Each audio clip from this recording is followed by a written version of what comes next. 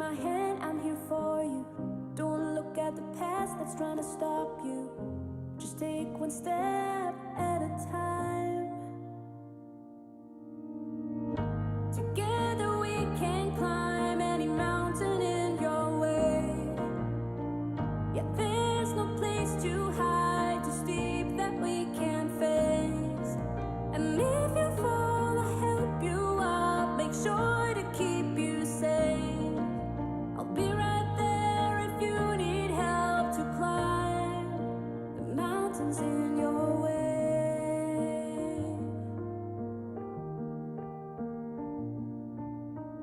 I know it's scary, but you don't have to worry, I'll be with you by your side. When you face your demons, it is just a season, you'll be free from all the lies. Cause there's sunshine behind the dark clouds, things will turn round, there's no doubt. Hold out a little longer, you will get stronger, I just want you to know. Oh, you can take my hand, I'm here for you. Don't look at the past that's trying to stop you. Just take one step at a time.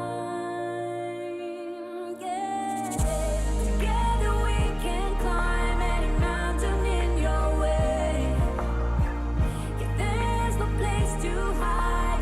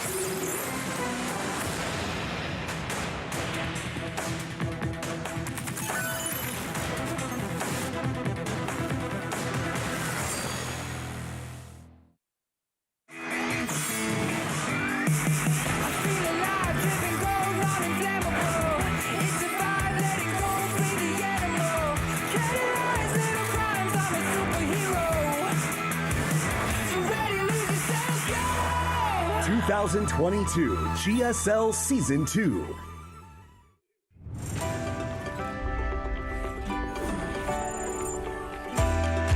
Africa TV, Freak Up Studio, live. 2022 GSL Season 2. What is up, everybody? Welcome to another day of the GSL Code S. Thank you for joining us on this Tuesday. I know it's not when we're normally on, but DreamHack Valencia is just around the corner, so we had to squeeze in day one of Group B today. That's right, and we are going to have some time off after that while people are traveling to Valencia. But yeah, it was a great day yesterday. I think we had some very good games. We also had a few bad games. Yeah, I mean, it was fun. Mixture. I think the early part of Group A yesterday was really exciting. The games that started everything off. Kind of a rough CVZ to end it, I think. Yeah. And so we're going to be in Group B now. Now, it's going to be the same thing as yesterday, where we can't draw any major conclusions for the first day of a group since we have 2 days to get through each group. So we're going to start to see the bones form here for what it's going to start to look like. But once we do day 2 of Group B, we're going to know who's actually advancing. That's right. And, Group A, we have a decent idea of how that's going to go down, but craziness did happen last time where some people rebounded on the second day. So we'll withhold judgment a little bit on that.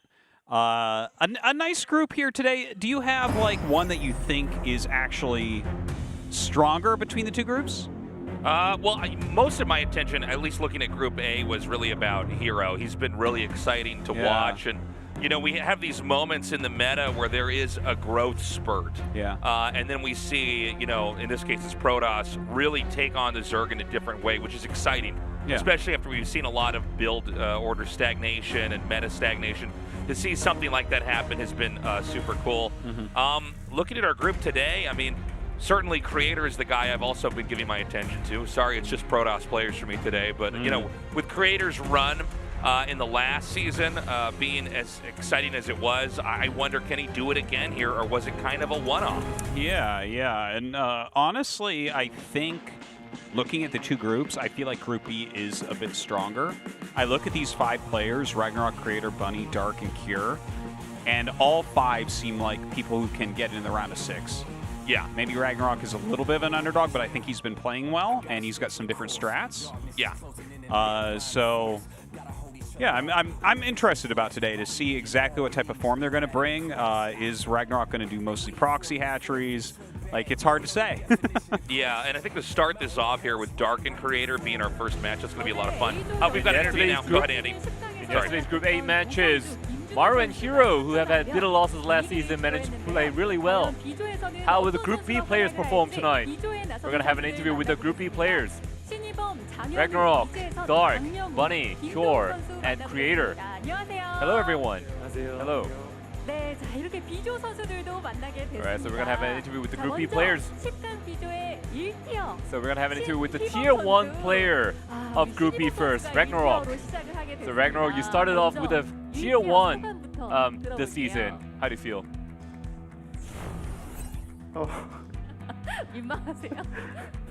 It's kind of embarrassing, RagnaroK? A little bit, but there's a finalist Creator right behind me, so it's a little bit embarrassing. So picking the maps first as a Tier 1 player, it was kind of awkward today.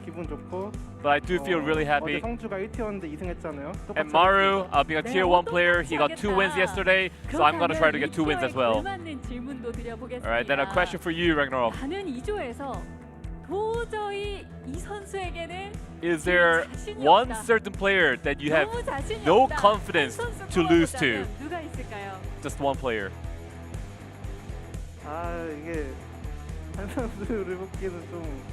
It's kind of hard to pick just one particular player. But I think there might be one player who seeks revenge against me. But I think I can defeat every player here, all the players. Wow. Great determination there, RagnaroK. And that is right. In the round of 20, all the Tier 1 players got eliminated one after another. And Creator and Dark managed to pull through despite the upsets. So question for you guys. So Creator, you first.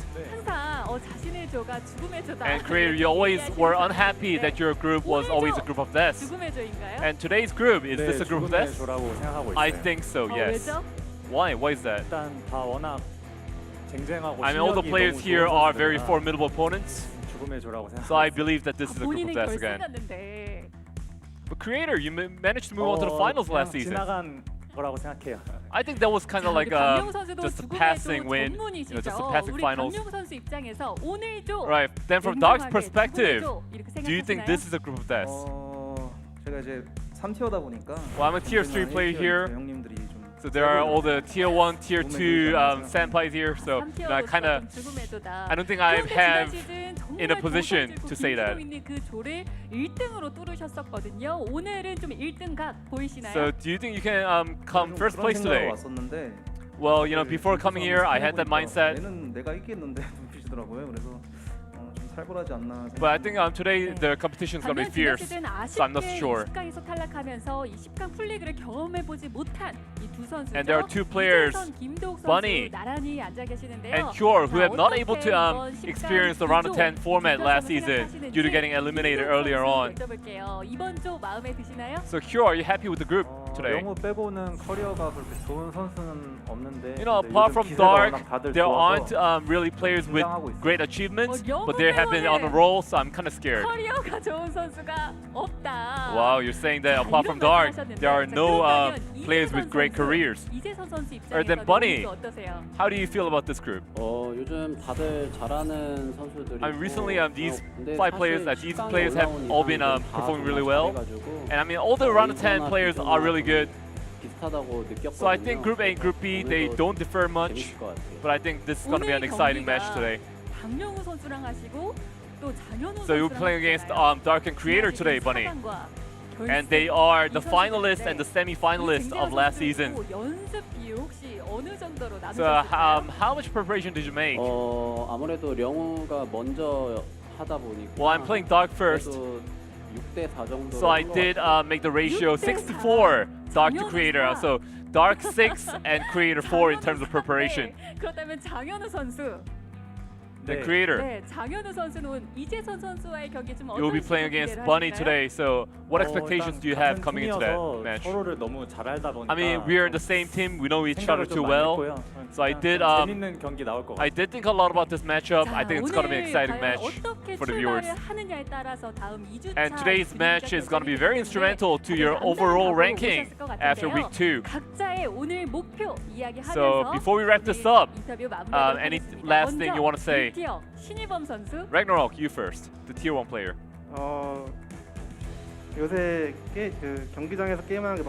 Well, these days it's really fun to play on stage. So I'm gonna try to have fun today. Then Dark, your turn. Well, as a tier 3 player, I'm gonna try to empty my mind and try to play to the best of my ability. Creator. Same as for me, I have had so much fun playing on stage recently, so I'm gonna try to have fun as well. Bunny. I believe I'm the tier 3 player. So as a tier 3 player, I'm gonna try to play well. Then Cure. I'm playing against 2 Zergs, and my Zerg is my weakness. And if I can just get over this well, I believe I can play well in the later matches.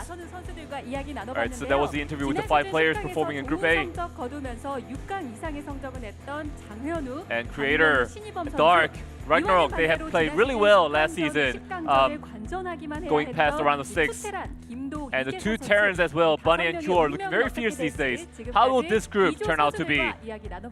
We're going to dive into the matches.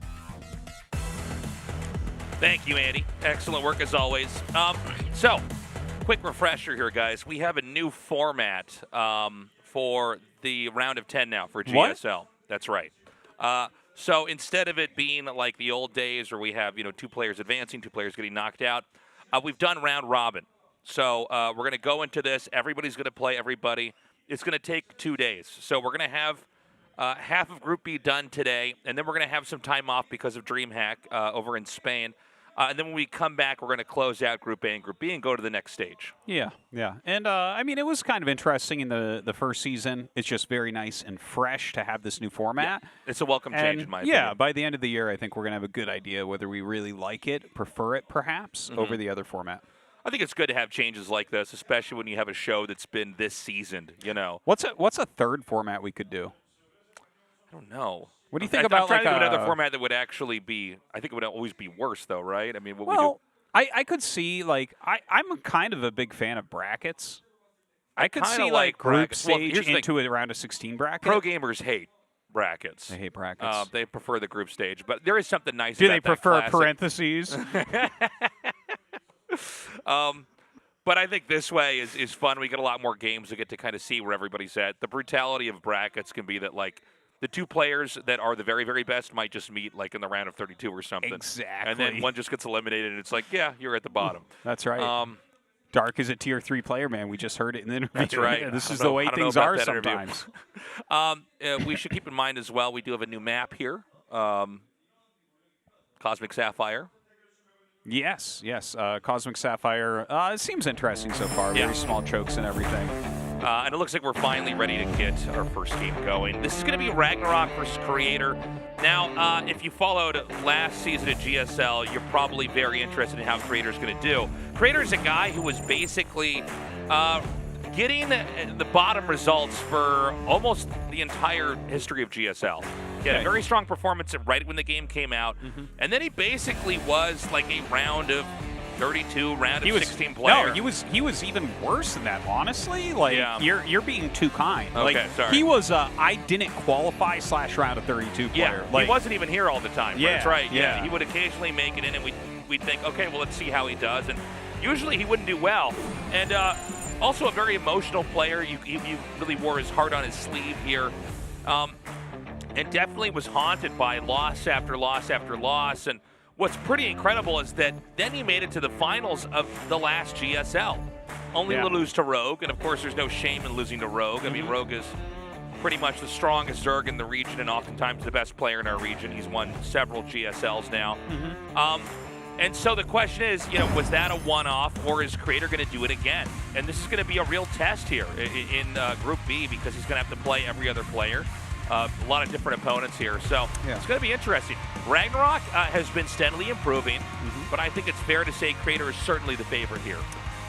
Yeah. You can't argue that too much with how well he did, but RagnaroK is deadly right now. He has some really interesting plays he's been doing. We'll talk about that more as we get into it.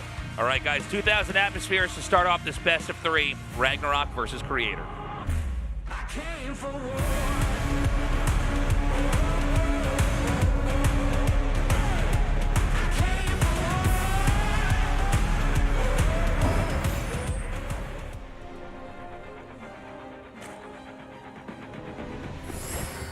Alpha X, RagnaroK.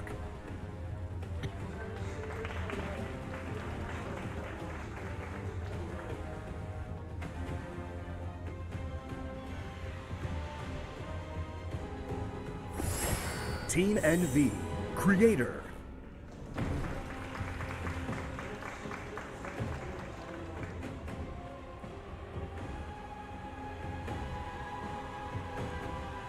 Right. Are we going to proxy hatch right off the bat, man? It looks like it. How close is it actually going to be? Is it going to be on the base, or because we've seen a lot of different types of proxy hatches here. So that drone is just going to be moving over there for now, but it looks like he's getting closer and closer to having enough minerals to do this. Is he going to make it right on the expansion? Yep. And this is actually getting hilarious at this point between these two seasons. I want to say over half of his games have been proxy hatches. Yeah, he seems to really be on a real run with this build. Now, whenever I see a build order like this, there has to be some perfect response. Otherwise, everybody would do this all the time. Well, maybe he's going to change it so everyone does it all the time. Maybe that's when all hatches are just made at the natural. Yeah, we've seen a lot of times where it's 4 probes that come down, but here he was actually already getting his Zealot. So, yeah, I mean, it's still slowing this down a lot, right? It's giving you a good intel. You know what they have at their front. Yeah, there's not a nexus being made, right? I mean, you can't if the hatchery's there. So this is kind of a cool idea. I'm wondering where exactly this goes from here. And I don't even know the full plans for the Zerg. I mean, obviously, it's going to interrupt what the Protoss is trying to do, but is it like you just want the creep to leave there? Because it's going to be stopped right before it can even finish. The drone now going to go up into the main. Yeah, and it'll be interesting to see Creator try to deal with this because he is making the 2 Adepts, which is very, very standard here when someone does this to you. Ling speed gets way slowed down, so the 2 Adepts actually have a lot of potential damage-wise. Right, and especially if they very get near annoying the trying workers. to defend them. Okay, so he kills that drone off. And, you know, I got to ask myself, you know, how good of a position is the Zerg going to be in? Because right now I don't feel like Creator's really been thrown off that much at all. No, not too much. But RagnaroK definitely practices this position more than anyone else in the world, right? Like, he's doing it so much that he's going to have some insights into exactly how to parry everything that comes. Like, I guarantee you he knows exactly what to do here because he does this all the time. And this is such a this has been like how you play against an offensive hatchery forever. Yeah, you come out and try to do you know, as much damage as you can. Even forcing that drone to become a spine crawler, only to be canceled later on, is pretty good. Yeah, he did lose a single drone there, so that is a little bit annoying. Not the end of the world, though. Ling speed a little over halfway done. We're going to have that Oracle popping out. And not that much done, really, with the Adepts, right? It's like he got a canceled building, he got a drone. That's about it.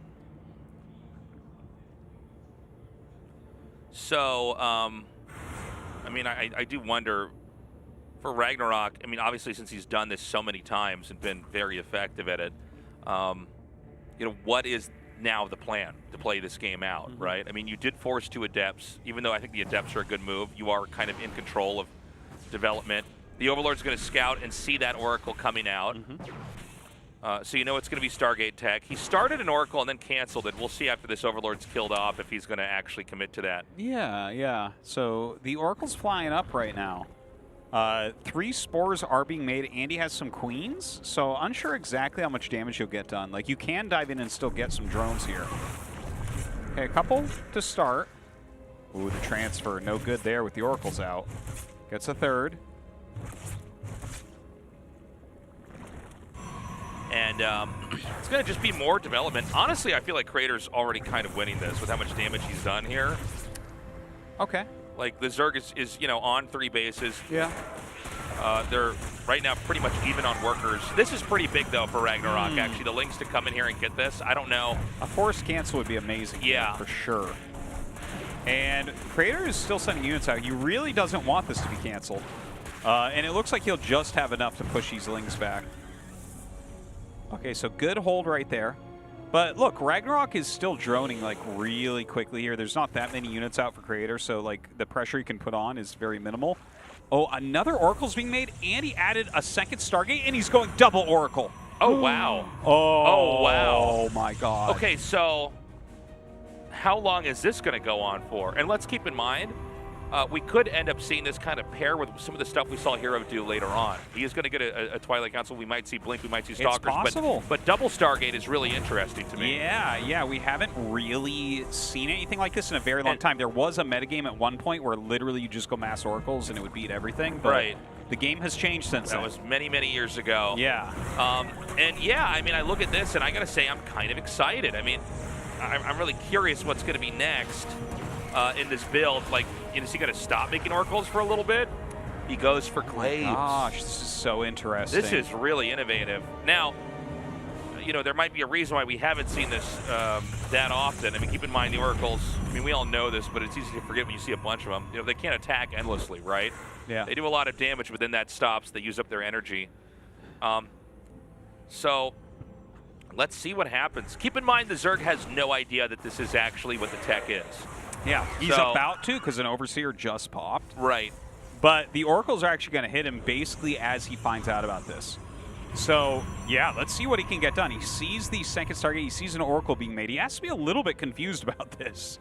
And, I mean, he has 5 Oracles right now. We have 4 in this little group. You can kill a hell of a lot of drones with this. Yeah, you are just going to be able to click down workers with ease. So we already see 4 drones killed there, just one. He's going to force a cancel, too. Oh, that's funny. And I guess it comes out right around that time that 4th base is going to be taken. And Zerg doesn't really have any recourse for that, you know, unless you're going to get Mutalisks or something that can really fight that. Queens aren't going to be able to get over there in time to protect that. Now, how is this attack with the Roaches going to fare? Because I don't feel like he has anything that's good at fighting Roaches. Roach is pretty much wrecked. Well, you know, the Oracles are all coming back, so as long as he has okay energy, he'll just power everything down anyways. Yeah. This is kind of the nice thing about Oracles. They can do a similar job to the Void Rays. Yeah. It's just like you have to be careful about using. Yeah. But really, you don't need them to do it forever. Like, you kill this one Roach attack, you're good. That's it. That's all you need. All right, so he kills that last Roach off. We heard him scream in pain. And there's a 4th base being made on the center right. The Oracles are going to graze over it. I'm going to start throwing down some stasis wards here. And the Adepts are going to come up in here for a fight. This is such a wild-looking strategy, man. This is crazy. And is he going to finish? He's going to let some of them finish over there. I think a pretty bad move, honestly, with all the Lings that are there. Blink is coming, and a 4th Nexus is being made.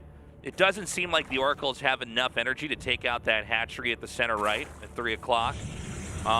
But Protoss is basically becoming even with the Zerg here, which is usually worrisome if you're a Zerg player. Yeah, for sure, for sure.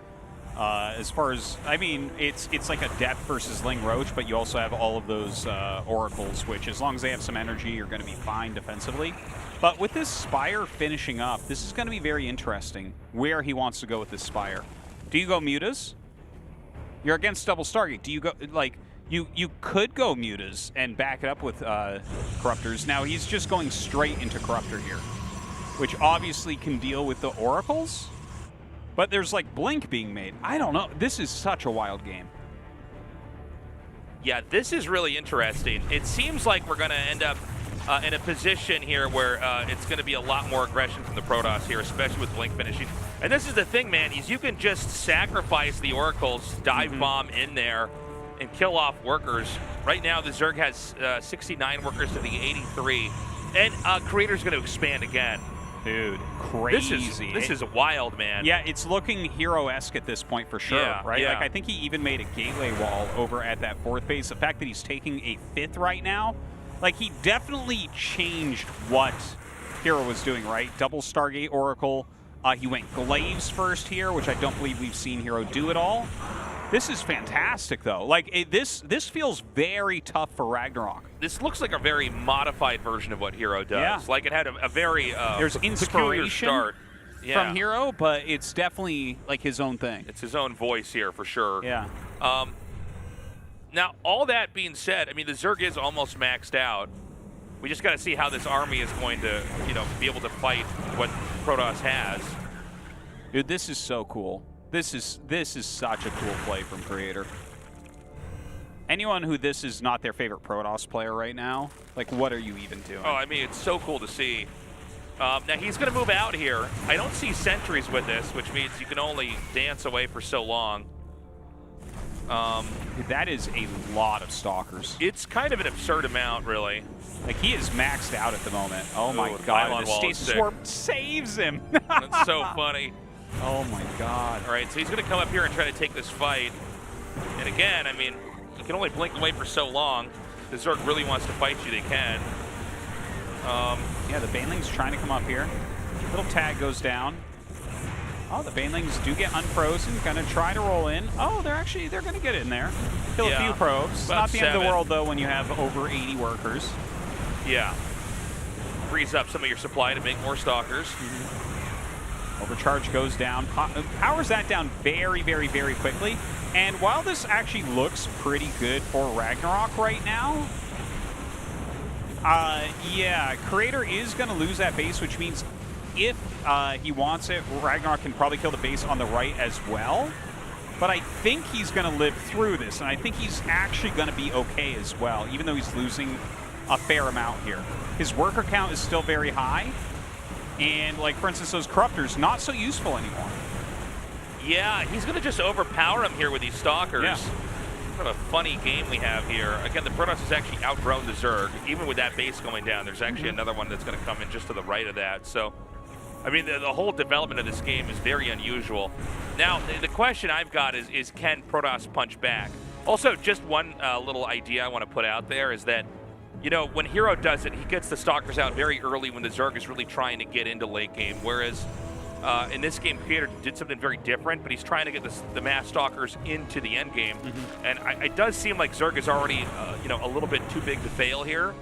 Whereas, you know, when Hero did it, he seemed to be kind of in their face when they're just not quite ready to have, you know, exchanges happen. Yeah. Well, I think if Creator can max out again before they actually trade, I think he'll be good, because this is still a very mid-game composition from RagnaroK. Like, his quality is not growing. He's just making the same stuff again. That overcharge doing some work, does end up getting popped.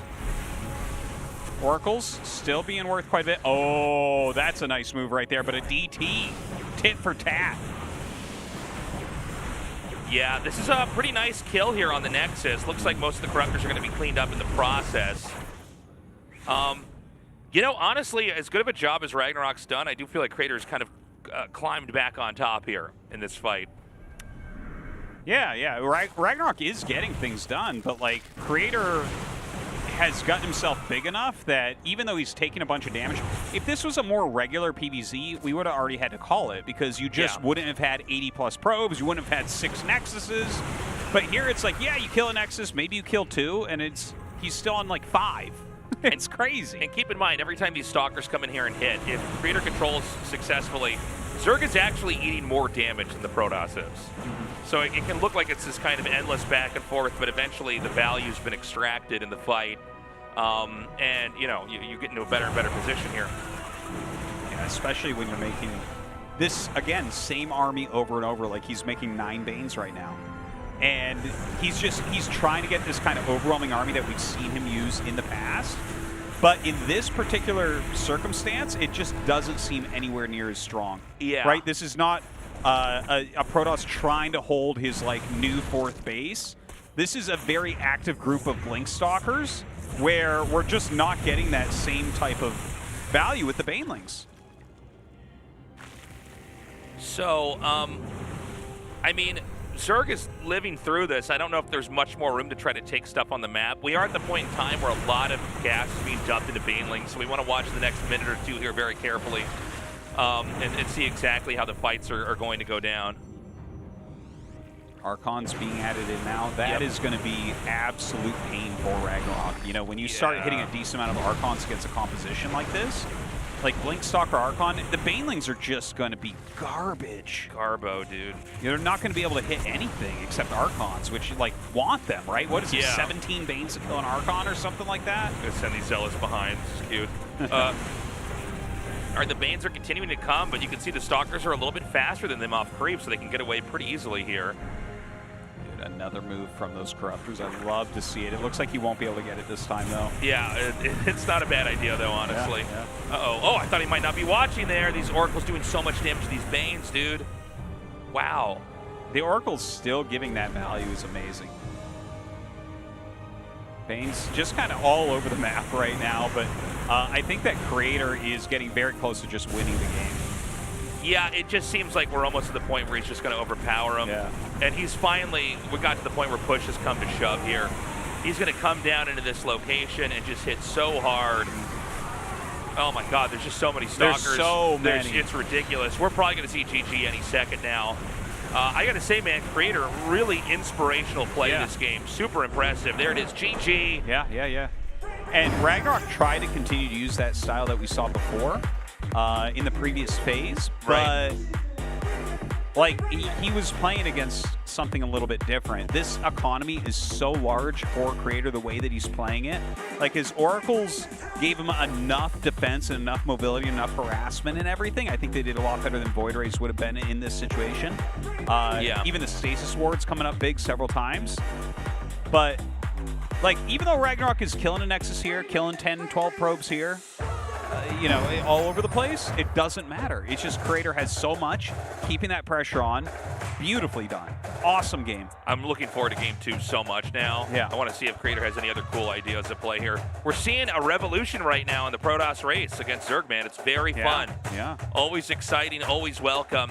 Right now, oh, excuse me, guys. We're already in game 2. All right, RagnaroK versus Creator continues on. Came for war.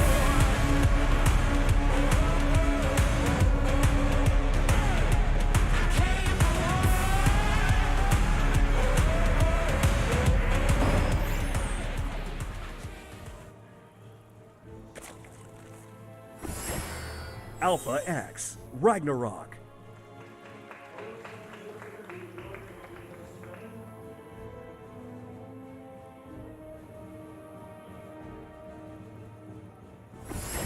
Team NV, Creator.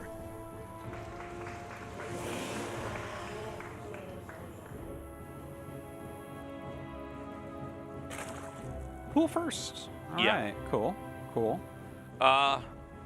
It's funny, I actually almost forgot this. I was thinking back to the other game. Let's not forget that that game started out with a hatchery put over at Creator's expansion. Very true. It's easy to focus so much on the end game, but we always have to appreciate how games start because that ripples into how they end up, you know. It truly does. Ending here. Welcome to the studio, guys. So good to have an audience again here. Especially on a Tuesday, we never have a GSL on Tuesday. Yeah, that's a very good point, actually. Whenever we have these schedule changes, sometimes we have different audience members come that have never been here before because that's the day they're free. Yeah. From Holland, welcome. Nice. You beautiful person. Yeah, man. Guys, if you can make it out to Korea, you got to come to the studio. Oh, it's the best time you'll ever have in your whole life. Yeah. Where esports started, man. Yeah, watching StarCraft live, it hits different, man. There's something so fun. epic And you know, awesome. the audience is getting excited, and you can see the players down there, and yeah, it's cool, man. There's nothing quite like sitting around with a group of people that want to see the same cool stuff you do. Yeah, totally. And then seeing it. Yeah. It's amazing.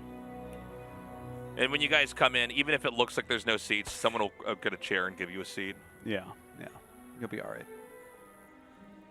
Now, in this game, we don't have any hatchery shenanigans. Nope. I'm sorry, what is happening? Oh, wait. He's doing the drone pull. Okay, so it's a drone lane drill. Oh, I'm glad that we caught that. I was like not looking at the screen, kind of expecting normal development. So this is like a crazy attack. Yeah, you're going to drill through. Basically, if you do not SimCity instantly and perfectly, you're dead. And the drones are coming from such an angle that it's like impossible, man. Yeah. The odds of him catching this correctly is so low. Yeah. Now, if you do get the wall up, it becomes a rout very quickly. Oh! Okay, he doesn't block. Yeah. Can he block behind the pylon? Is there any kind of... Well, he's going to try because you have to. But look, he just hold position a drone right there to make sure that there was a hole. Oh, that's true. Yeah. I think RagnaroK is in pretty darn good shape here. Yeah. Now, maybe he can hold, right? Like, this is a pretty deep dive. I'm a little bit surprised he went all the way up there, but he is taking out the pylon. As the Oracle finishes up, that obviously is going to help a lot, but it will run out of energy as well. Yeah, there's only one pylon there. Yeah. So Ling Speed's about to finish. With the Oracle coming out, I mean, the Oracle not exactly great against Lings. There's just too many targets dealing damage, even if it kills stuff fast. So this is going to be it. I mean, can he actually survive here with his workers, or are we going to go immediately into game 3? Well, don't forget RagnaroK has almost no workers at home, so that's very true. There's he's dead. I think he's it's dead. over, man. Yeah, just not enough energy. Yeah, had the Stalker lived and maybe a battery finishes. In fact, I think this pylon dies before this Oracle can even get out. Wow, look at that. We're going to game 3. Not all games are made evenly. I love the double fist pump there from RagnaroK after getting just destroyed by an amazing macro play from Creator in game 1. Yeah, he's like, well, he just does the cheesiest all-in that there is and gives the double fist pump. Yeah. This is a future champion here. This is, I love it. He's like, hey, Creator, I really want to win. Sorry. Yeah. So we're tied up 1-1.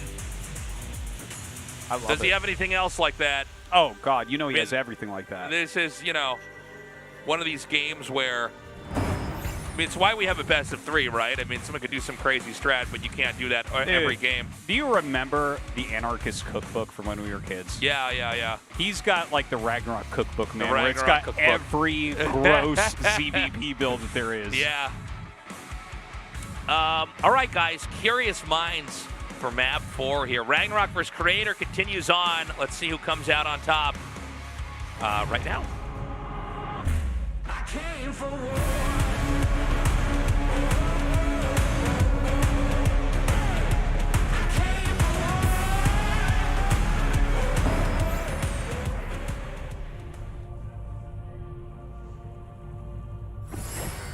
Alpha X, RagnaroK.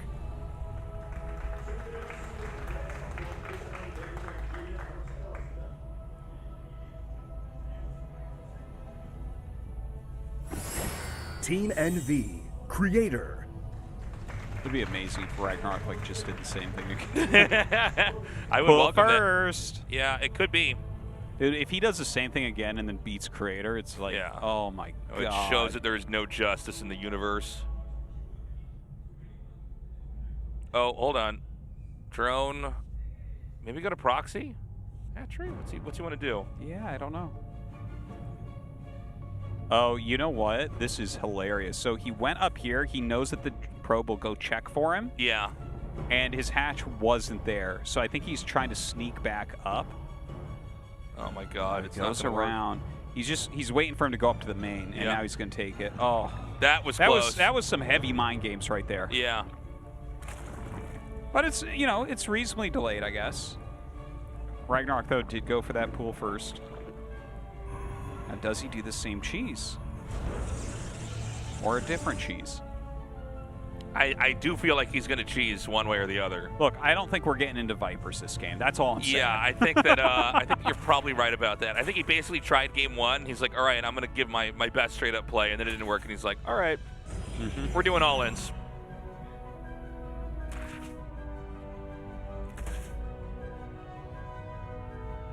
Okay, Feelings chasing the probe around. Obviously, that's going to be eliminated.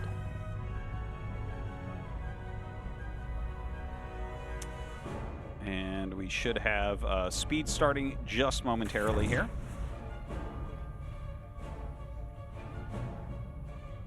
I'm on the lookout, man. Got my cheese radar out here. Yeah. Well, we don't have a third hatchery yet.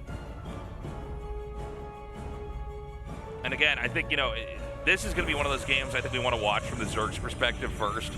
Just see how this best of 3 is panned out. Dude, he sees the Stargate here. So the build is actually basically the same from Creator. Does he pull that trigger? I don't think so, Tasteless. Don't think so? No, he's going to take a third. Yeah, maybe he does just play straight up. Who knows? Second gate coming down here.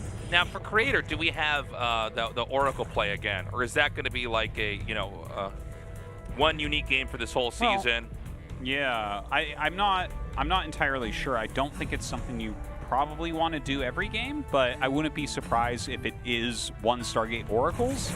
Like, you know, not necessarily as many as we saw before, but, you know, 2 Oracles is great, 3 Oracles is great. Right.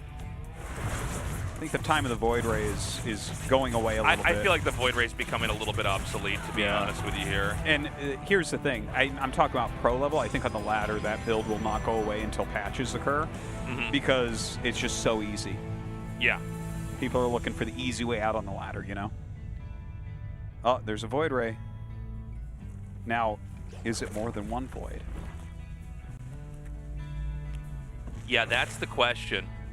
Because, you know, 1 Void Ray basically means that you're just going to be safe. You can't be tampered with early on. If you start to get a lot, then you're actually teching into air, basically. So immediately drives the Oracle out.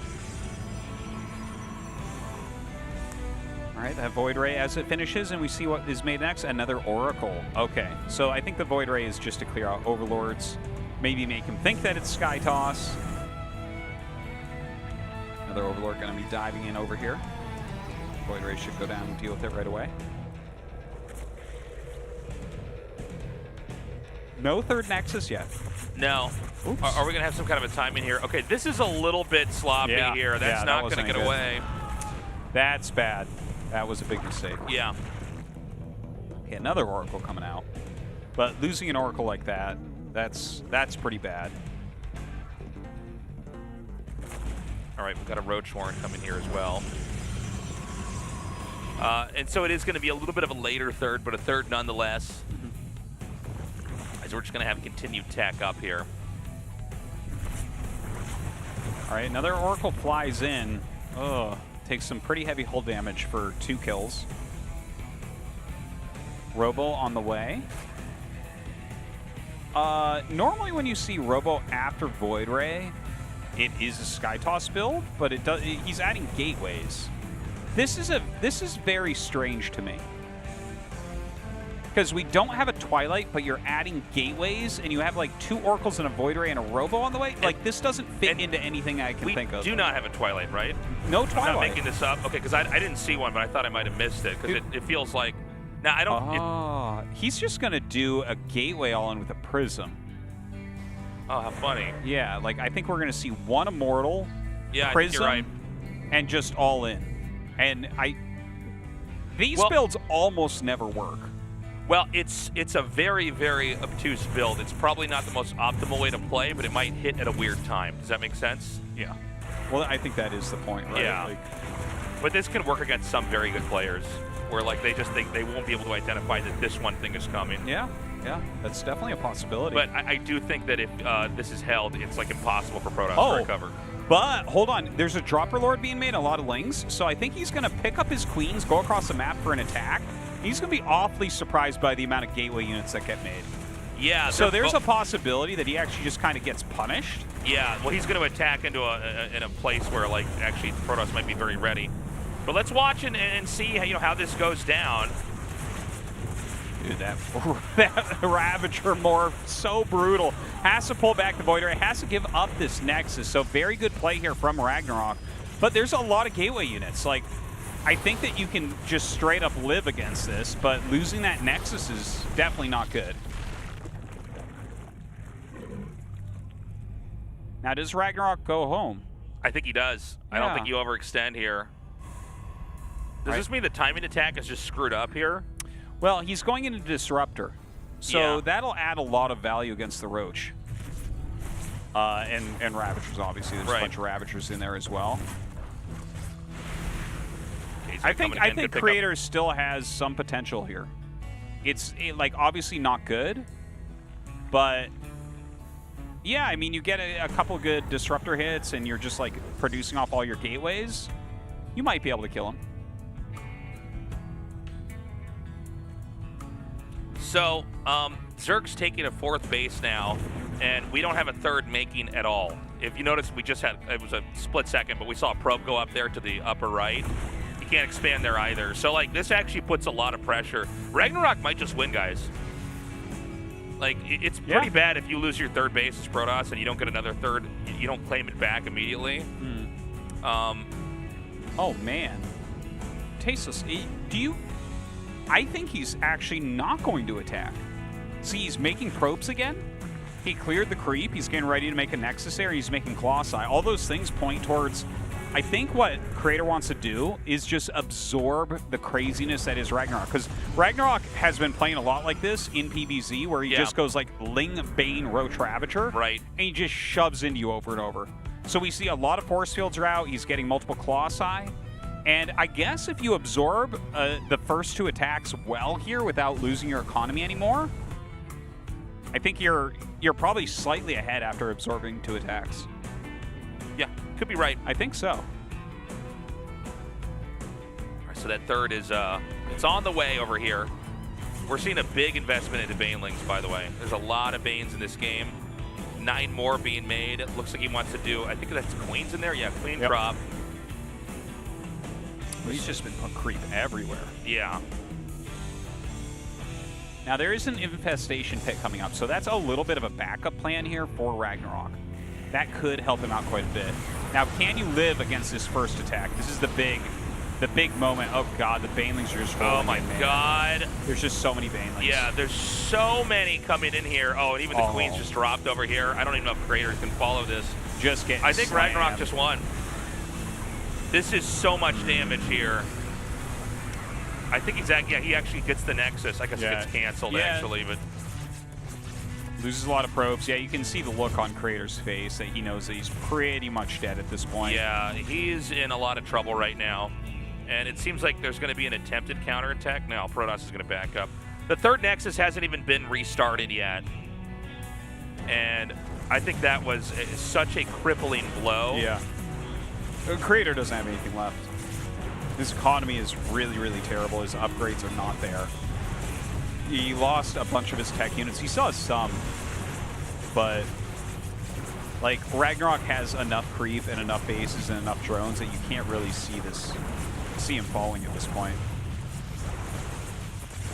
Look how annoying these Queens are. Oh my God. Yeah, this is kind of crazy. I'm kind of stunned that this is going this well for RagnaroK, but I mean, honestly, the setup was really good. If you can slow down someone like Creator really early on, it's so hard to climb back out of that, you know? And really, Protoss hasn't gotten started up until they have that third base, usually. Yeah, and early game Protoss taking economic damage is really brutal. We see this pretty often, right? Like a Widow Mine drop gets off, or something like this where like the third base just gets blown up. Like you don't have a lot of recourse at that point. Really need to get that economy a bit bigger. So good force fields go down. He's trying to utilize these Colossus, but this is really his last-ditch effort. Yeah, this is a lot of damage. There it is, GG. RagnaroK does it. Yeah, well Starting done. the day off with an upset here. Well, RagnaroK is, I think eventually we're not going to call an upset anymore because he is going up the ranks. He is like, improving. He had a great season last season as well. He did. And here he is, and like he's playing very cheesy, very aggressive. But you know what? If you just continually win with it, who cares? Yeah, doesn't matter. All you got to do is win.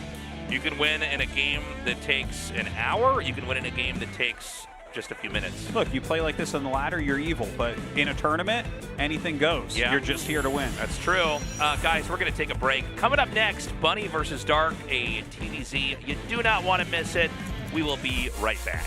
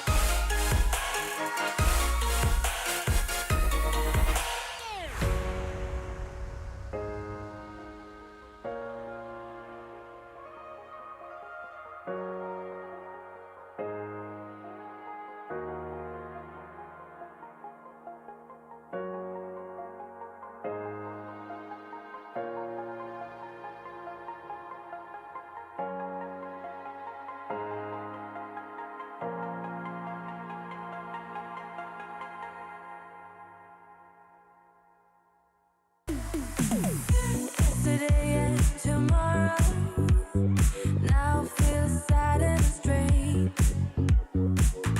I was here every day, but then you smoked away. It's silent, silent and gray.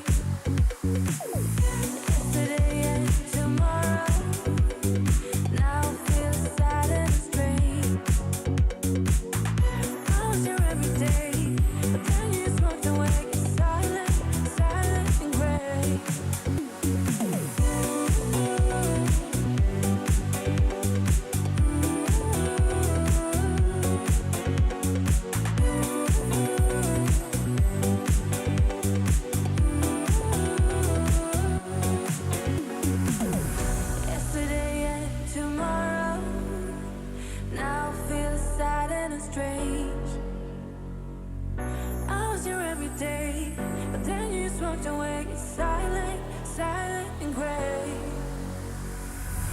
Yesterday and tomorrow, now I feel sad and straight.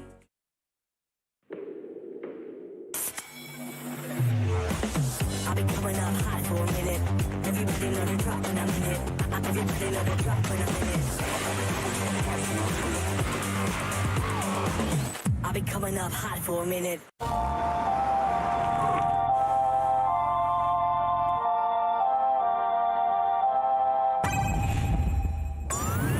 상큼함 맥스, 칼로리 X, 맛있는 탐 제로.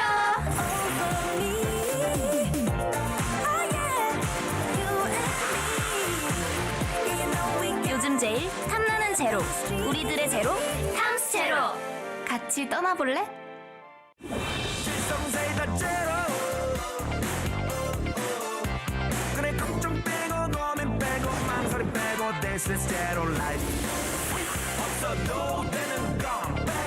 실성사이다 제로.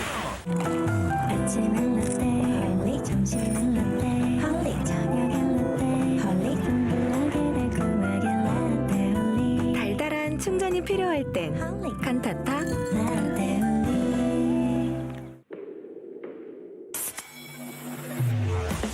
I've been coming up hot for a minute. Everybody know the drop when I'm in it. Everybody know the drop when I'm in it. I've been coming up hot for a minute. 상큼함 맥스, 칼로리 X, 맛있는 탐 제로. 요즘 제일 탐나는 제로 탐스 제로. 같이 떠나볼래? 실성사이다 제로. 그래 걱정 빼고 고민 빼고 망설임 빼고 This is 제로 life. 없어도 되는 건 빼고 실성사이다 제로. 형님들 아프리카에 승부 예측 생긴 거 아세요, 여러분들? 아니 e스포츠 여기 탭에 있잖아요, 여러분들. 아니 이게 새로 생겼더라. 저는 광동에 올인했어요. 아 진짜요? 네. 아 그럼 전 DRX에 올인. 모바일도 똑같이 아래 가운데 보면 e스포츠 있어요. 잼이라는 포인트가 있어요. 아프리카 내에서 쓸 수 있는 재화라고 생각하시면 돼요. 잼을 사은품으로 교환 가능하다고요? 이 잼으로 응모를 다 할 수 있어. 키보드는 벌써 나갔네. 아이폰 갤럭시 탭. 아 이게 200잼이야? 교환까지 할 수 있으니까 형님들 아프리카 승부 예측 많이 많이 사랑 부탁드립니다. 박수 한번 드립니다. Today's matchup. RagnaroK. Creator. Bunny. Dog. Q. Round of 10. Group B. Last one standing, never walk away. Lock me Africa TV. Freak Up Studio. Live. 2022. GSL Season 2. Are you ready for it? Are you ready for it? Are you Welcome back, everybody.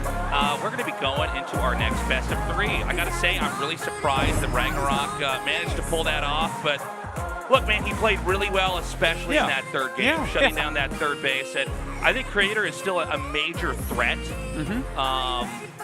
You know, in this tournament overall. I think he very well could go to the finals. But I'll tell you, man, if you can trip up a Protoss player early, they're just not going to have any steam behind them, you know, when they get into the late game. For sure, for sure. And you know what? I'm not really that rattled about that. Like, RagnaroK is a dangerous player. He did a good job choosing his strats, and he executed them well. And it's kind of like Hero yesterday, right? Like, Hero started off with a loss. We're not worried about him. I know it was against Maru, but you know, RagnaroK is deadly. So let's go into this second match now. We're going to have a Terran vs. Zerg. Bunny going up against Dark. Yeah. Now, Bunny, I would still put him as top 3 Terran. Like, remember for a little bit, he rose up like really strongly and looked like almost Maru level, like he looked above everyone else. I would say right now, I might put Cure above him. Like, obviously, Maru is always #1. Like, Maru could get hit by a train, and it would be like 3 years before anyone catches up to him, probably. But yeah, I would probably put Bunny about 3rd best Terran right now. Like, I think he's still very good, but yeah, it's not as crazy as he looked like, what was it, 2 seasons ago, where he looked like really good. Yeah, for sure. This is going to be a fun one, man. I've always been excited to see Bunny come out here. I think he's one of the few Terrans that can actually really make a Zerg like Dark really work if he's going to win. I do think if I had to pick a winner, probably maybe 60%, 55% Dark. Yeah, I think that's so. That might be fair. All right, guys, we're ready for Game 1 on Nautilus 2. Let's go. I came for war.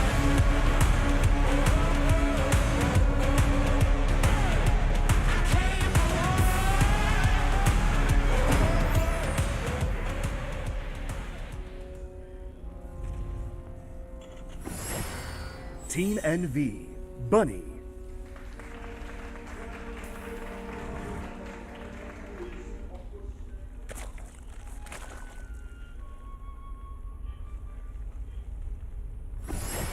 Dragon Phoenix Gaming, Dark.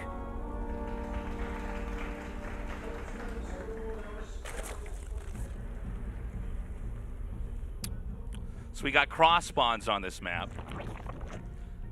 This is usually better for the Zerg overall. Yeah. I was actually lost there for a second. I'm like, Tasis is always cross spawn, but then I realized you're on Nautilus. But yeah, it's such a far push distance that it's really difficult to apply consistent pressure. Yeah. Closer spawns, it's actually pretty good for Terran, I think, right? Oh, for sure, yeah. Zerg is kind of stuck in a little bit of a quadrant, and you can kind of push him down. But yeah, this will be tough for Bunny, and I'm not sure what he's going to do to kind of counteract that. Yeah, like it's going to be interesting. I mean, one thing to keep in mind is like if you're close to each other in almost any matchup, there's always like some kind of rush you can do. But if you have a normal developing game, it is definitely just kind of more beneficial to the Zerg. You can just kind of flourish on the map. One thing about this map is it really is kind of split up into 4 corners, which might sound silly because like all maps have 4 corners, but this one really it's like 4 quadrants that you're in. Yeah. And Zerg can struggle to get off of that other quadrant. Yeah. Well, it's funny because you're like, well, it sounds funny because all maps have 4 corners, but. Yeah. Not exactly, right? Yeah, like, but you know what I'm saying, yeah, right? Like, any other map, it's like, okay, yeah, maybe 2 of the corners are like this base that's really far away from everything else, but that's it, right? Yeah. But no, certainly the quadrant-like play is an interesting factor here. You know, I do wonder if we could ever have just like a 4-player map that works really well. Like, I mean, Nautilus is not a terrible map. We've had a few different 4-player maps that work pretty rough, but I think Nautilus is not terrible. I just wonder if there's some way to, like, they put the speed zone in the center to try to help cross spawn, right? Yeah. But maybe just like, could we make a map a little bit smaller so it's a little bit closer together? That's a 4-player map. I actually would kind of welcome that. You know, I think that we're definitely on the bigger side of maps here for StarCraft 2, right? But I wouldn't mind some smaller maps. Like the distances, you could still be that far apart, but just less like wideness of it, I guess. Yeah. There's a lot of ways to make a map smaller. This is like something that I've realized for a long time. It's like we have lingo that we use in StarCraft, but it's not the most accurate, best lingo, right? Like when we talk about how big or small map is, that can mean not only like how many pixels the whole map is, but also it can mean like how open certain areas are and like how much terrain is in the way. Right, right. Yeah. So, it does seem like right now in StarCraft 2 our longest matchup is TVZ, by the way. Does seem like statistically, if we have 2 players that are really, really good. I think it did change to that. With less Sky Toss, I think you're probably right. Yeah. The more Sky Tossers, I think it goes to TVZ. True. I think, yeah. But it matters, I guess, just what style people are using. Right. But yeah, I think TVZ's become pretty long. So, I feel like we don't get many TVTs anymore. Actually, I was just thinking about that because, you know, a lot of times we would say TVT is a super long matchup, but I feel like, we don't actually get that many TVTs. Yeah. I think it's like the circumstance of our brackets. And TY and Innovation are gone, right? Once upon a time. That's true, yeah. When the 4 Horsemen were all in shape, it's like you get so many TVTs. It was crazy. Yeah, and even though like Beyond was one of the 4 Horsemen, it was never like, you know, TVT was really our focal point for him, really. Oh, absolutely not, yeah. Definitely was the weak link in that matchup, at least. Well, just a little bit of pressure going on here from Bunny. He does have Banshees coming out. One is already out, I believe, and then the second one being made along with Cloak. We'll see what he's able to do. Oh, a Nidus. All right. Yeah. Okay, so maybe this isn't going to be long at all. Looks like he's going to try to hit him and hit him hard. And I'll tell you what, man, I don't think, from a Terrence perspective, you would be expecting this in these positions, right? No. It's almost like it's a good strategy because it's not like necessary to do it all. Yeah. Like, if I'm a Terran and I see cross spawns, I think, all right, this is going to be a tough one. I'm going to have to really try to push hard, which means I might want to be like really focused on just development and not like, attacking too early. But then a move like this, and this might actually just kill Bunny. I think we might be going immediately into game 2. His army is too out of position. I think that's the really big problem here. It's not the scariest group of units. Like, if all of his units were closer to his base, so much more doable. But as is, oh man, this is rough. Yeah. And look, he throws a Nidus down under where you're going to make the siege tank. That is the sickest block. And what units can that Nidus make now with a Tech Lab attached? I think this game's over. I mean, let's see if he can try to come back up here and fight, but like, this is brutal, man. Yeah, this is pretty bad. And, if this, in fact, the army's not even kind of positioned that well here. He's bursting down this queen as best he can. A lot of damage going on to everything. Add-ons going down. This additional base having a hard time. Yeah, oh man, the amount of damage is pretty crazy. Yeah, this is brutal.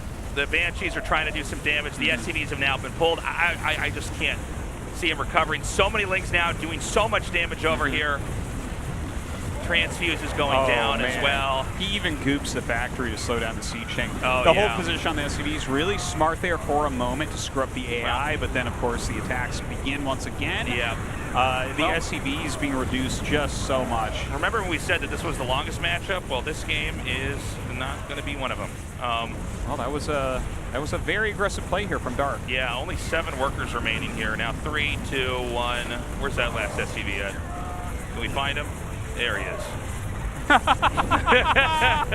There he is. There he is. Listen, bro, we're going to need you to build a lot of stuff in the future. Okay, so Dark takes that game. Interesting strategy to pull out. Like, I guess because it's cross spawn, you're actually, not only are you already ahead, being very far away from the Terran, but then you abuse that because you know that he is going to be so far from his base that to get back in time to defend a Nidus is actually very tough. Yeah. That's kind of second-level dirt stuff right there. That was a really brainy move by him, honestly. Yeah. And you can see it from Bunny's perspective. He's like, all right, cross spawns. This is a brutal one. Let's get a little bit greedy. Let's power up. Sure. Let's focus on trying to control the 2 corners of the map that the Zerg's not in, and then bam, a Nidus is already in there. That is tough. And so we're going to go to 2,000 atmospheres here for map number 2. All right, let's see if Bunny can do a little bit better here. I don't think we'll see anything like that out of Dark again. I think that was a one-time tonight type of deal. All right, guys. Game 2 has loaded up. Bunny vs. Dark continues on. I came for war.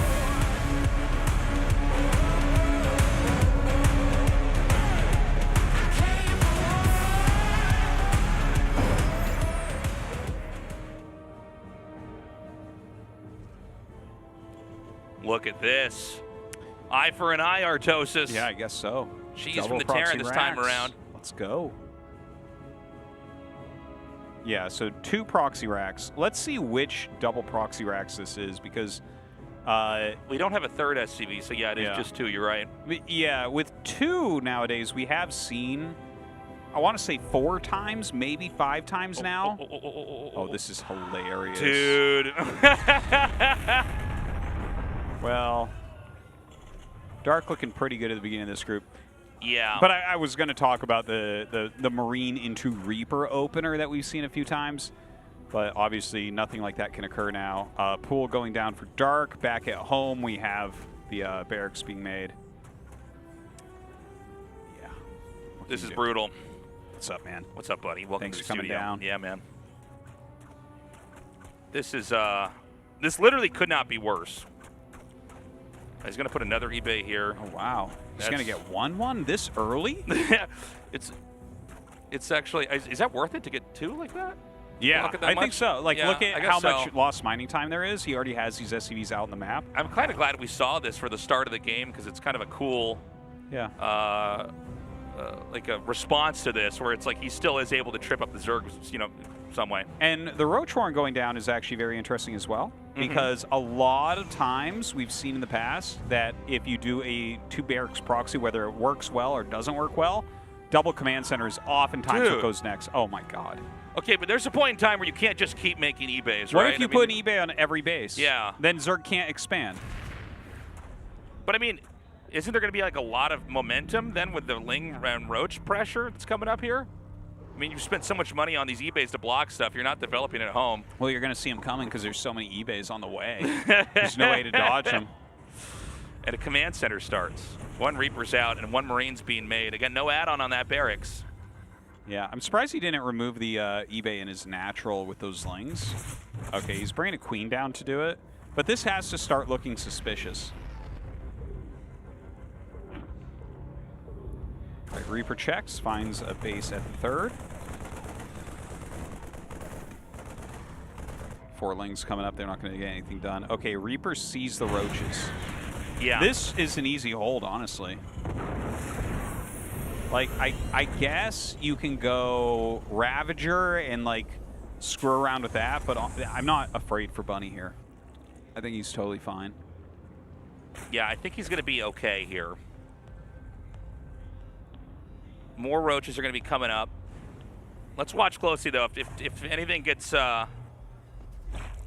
messed up here early on, you can end up just dying. I think you're probably right, though. He probably should be fine, but, The Ravagers are annoying, but yeah, there's not enough to be that scary. What a funny set of games this is, these 2 so far here. Yeah, definitely. Okay, so he's going to get a couple more Ravager shots over here. This is going to force the SCVs to repair. I think that could even hit the SCV if you're not careful. Yeah. Got to pull that one back. He needs to have more repairing, I think, here. I think he's got like enough with the 5 down there, and then Cyclone is like halfway done. Yeah, like, maybe you're right. I thought it was like just almost at the tipping point there. Yeah, he's just like I like how he's laying the biles. It's really smart. He should really bring 1 more over, I think, though, at this point. Thing is, you get in range of the actual Ravager attack itself, but you definitely don't want to lose this. So. All right, there we go. And I mean, if you kill the Overlord, it's over. Whoa, dude! That was insane. My God. Yeah, that is one thing you can't have happen. Yeah. No. Okay, Banshee on the way. I mean, maybe you get some harassment done. Obviously, that gives you a lot of stability against any aggression. Well, this is a little bit annoying for the Terran. You do want to try to get that CC land and start to soak up those resources.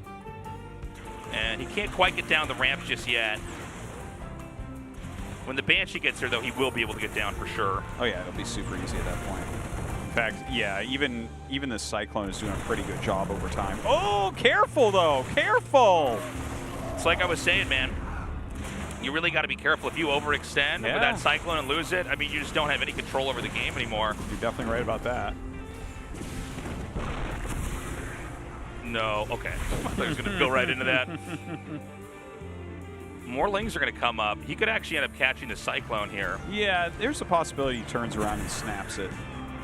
But nice zoning files there. Oh my God, the Lings are going to get up here. Dude, Dark is playing out of his mind, honestly. Yeah, he's playing some crazy. Nice StarCraft, man, for sure. He's being like really creative, and I feel like, I mean, Bunny with like 4 eBays at the beginning of the game, that was kind of neat. That was nifty. I don't think the game is lost or anything, by the way. I like Dark's position maybe just slightly more at the moment, but it's not even that much better with 2 Banshees out. Oh, he lost the Cyclone somewhere. Cyclone's dead. Oh, yeah, I don't think we had that on camera, but not the biggest deal. It's not the end of the world. That thing does not scale unless you're going mech.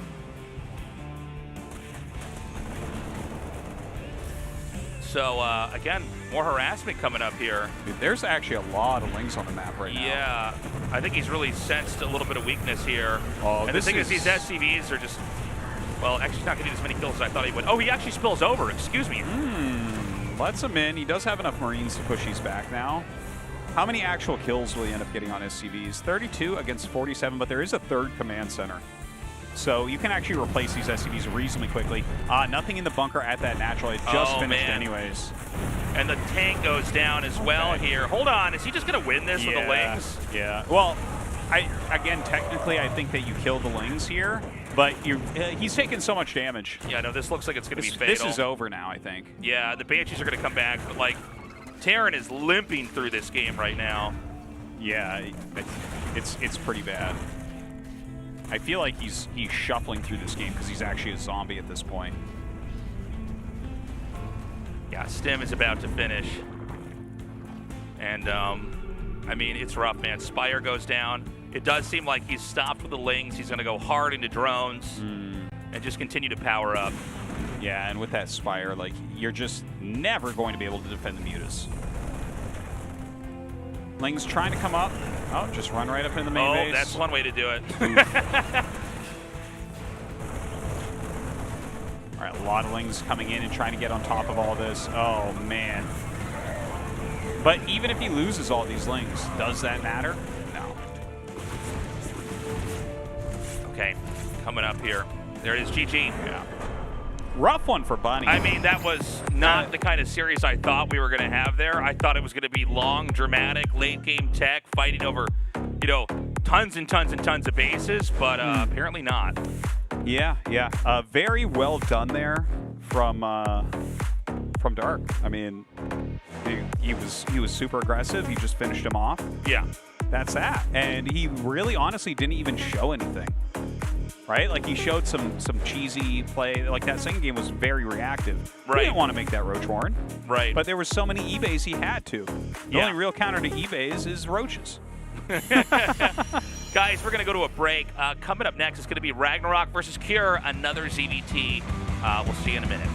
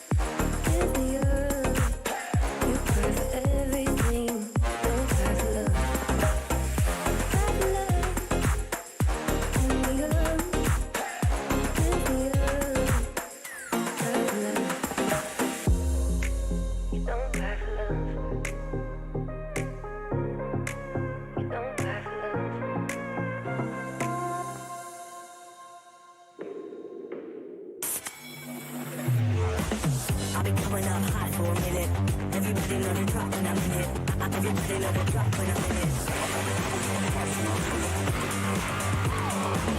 I'll be coming up hot for a minute.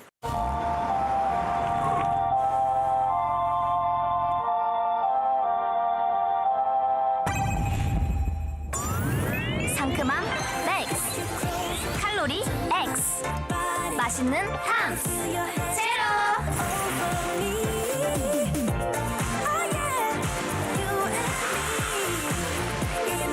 요즘 제일 탐나는 제로, 우리들의 제로 탐스 제로. 같이 떠나볼래? 실성사이다 제로 그래 걱정 빼고 고민 빼고 망설임 빼고 This is zero life 없어도 되는 건 빼고 실성사이다 제로 아침은 라떼 홀리 점심은 라떼 홀리 저녁은 라떼 홀리 둥글러 그대 꿈에게 라떼 홀리 달달한 충전이 필요할 땐 홀리 칸타타 라떼 홀리.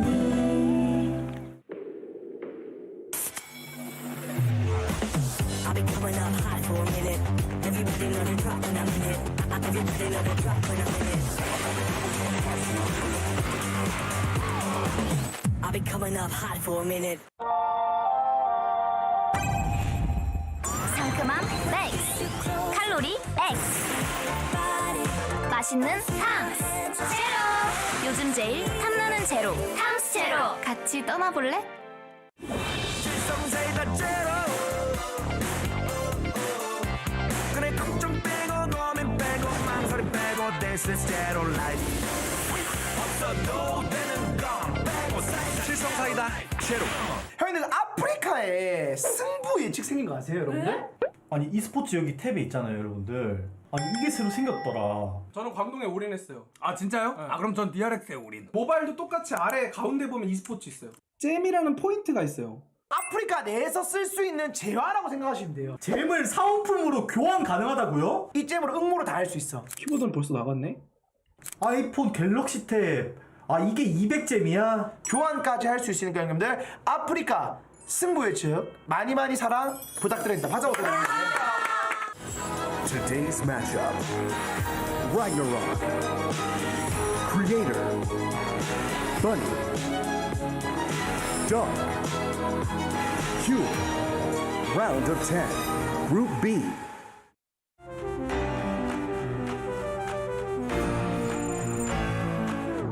Africa TV Freak Up Studio Live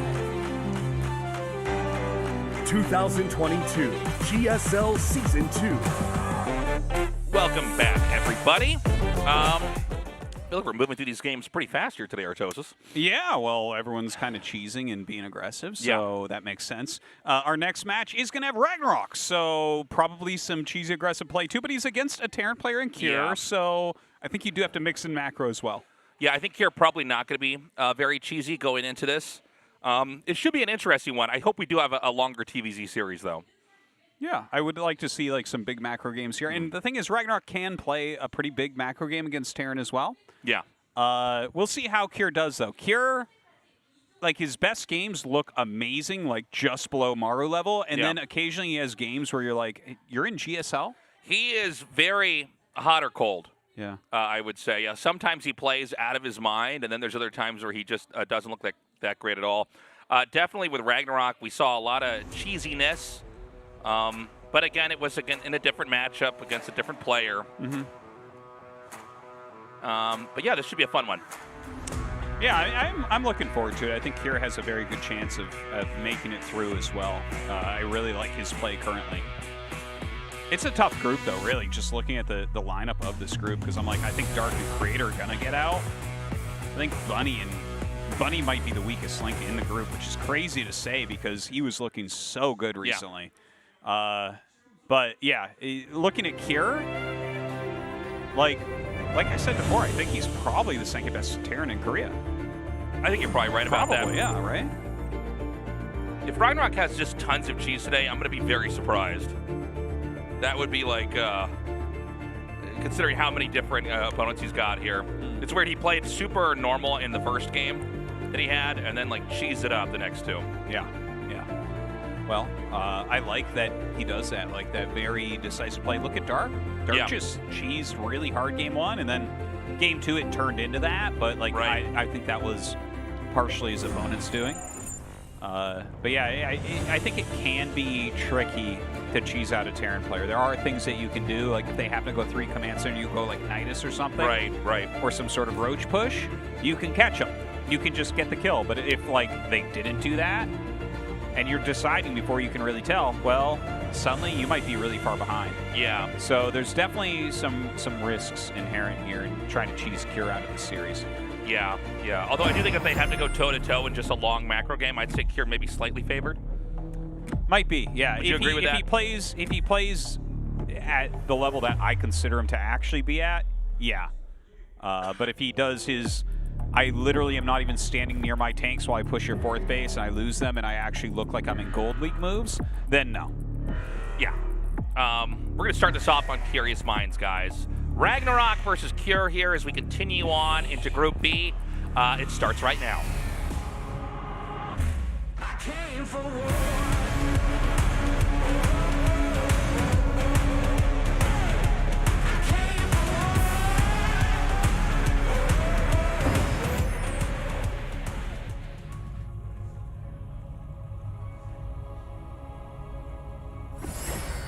Alpha X, RagnaroK.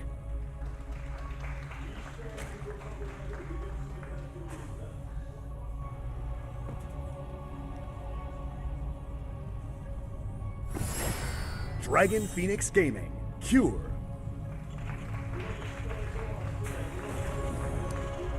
Pool first here for RagnaroK. Yeah, let's take a look at this.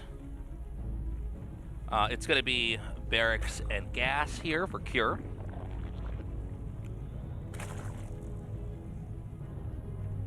Yeah. I wonder what the pool first is going to end up doing. I mean, you can just go into a macro build and use that as like a safety precaution. It's hard to say what his plan is at the moment. Yeah, I think we're going to see in a little bit here. Oh, look at that. RagnaroK actually has an offline winning record against Cure, 7-3. Oh, that's funny. I would have thought it would have been the other way around, but... Well, they've both been around for quite some time. And I guess thinking back, RagnaroK had a small peak in like 2015, right around SSL times, and like he was doing pretty darn well in that tournament. So yeah, there was definitely a period where he was better than Cure. Then I think, you know, he's been up and down since then. He's kind of like some sort of sine wave or something as far as how good he's been. It's like one year he'll actually be looking like up and coming, and the next year he might look like old, like you know, just not that good of a serve. Yeah, just not honestly. that strong. Yeah. It's yeah, definitely some inconsistencies in his play. But I think the more he goes towards aggression, the better it suits him, honestly. Even though he did have, like, not last year, but I want to say the year before. Things are getting a little bit fuzzy because it's like 12 years of GSL. We've had like so much StarCraft 2 at this point in time. Yeah, to place exactly which year I'm actually, for some of these, like, weaker memories of, like, I remember RagnaroK actually had one year where he was playing, like, big macro games and doing really well with them. And I want to say it was 2 years ago. But I could be 1 year off on that. It could have been like 3. But yeah, it seems like aggressive play suits him better. Yeah, but we had a couple Zergs like this. I mean, Sue was very good at pulling the trigger. I mean, I think he was more of like a tactical player and less of like a cheesy player. But yeah, you know, he got to the finals so many times and really made it work. By the way, that's a good scout. Seeing that third barracks there for sure. Yeah. Yeah, that's a fair point. And we've had very aggressive Zergs too, right? Like, I mean, look at Impact. And I'm not talking about him with his shirt off, but like just him as a player, right? Like one of the most aggressive Zergs. I would say that Impact peaked probably at third best Zerg in Korea at one point. Like he was solid. He was coming up. And well, I think I mean, I kind of get it. I think everybody sort of thinks like this. Like when you see somebody cheese a lot, like all the time, you kind of roll your eyes. You're like, you know, this person probably can't play macro games, but like we've had really cheesy world champions before, you know. SOS twice. SOS, yes. Partying in the past, you know. Yeah, that's true. It's like it's just another way to play the game. It might make the game shorter, and that might aggravate players who really enjoy long macro games, but you can't deny it's you know, it's a good way to approach it. Yeah. Stim and combat shields on the way. Definitely a lot of units going to be fielded here. But the Baneling Nest is coming out. A lot of lings are being created by RagnaroK now as well. And like you mentioned, like he saw the additional barracks. Did he see all 3 or did he just see 2? He saw all 3. Okay, that's pretty big. Because if you see 2, only 2, you have to question. You have to be like, okay, is this like a 2-on-1, like double medevac? Oh, maybe he didn't. Maybe he just saw the 2. Now that I'm looking at how far the ling got up there. But he would have seen that it's a 3rd barracks making. It wouldn't have been the 2nd one, right? Well, I mean, you don't know exactly what build true. your opponent is using, but, you know, 2 very different builds. It seems like, no, I think he might have seen all 3 because the way he's playing right now.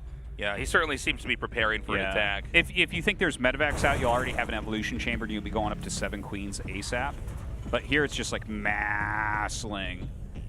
And massling doesn't work as well against medevacs, but against this, like you get the surround. Oh boy, you're ahead.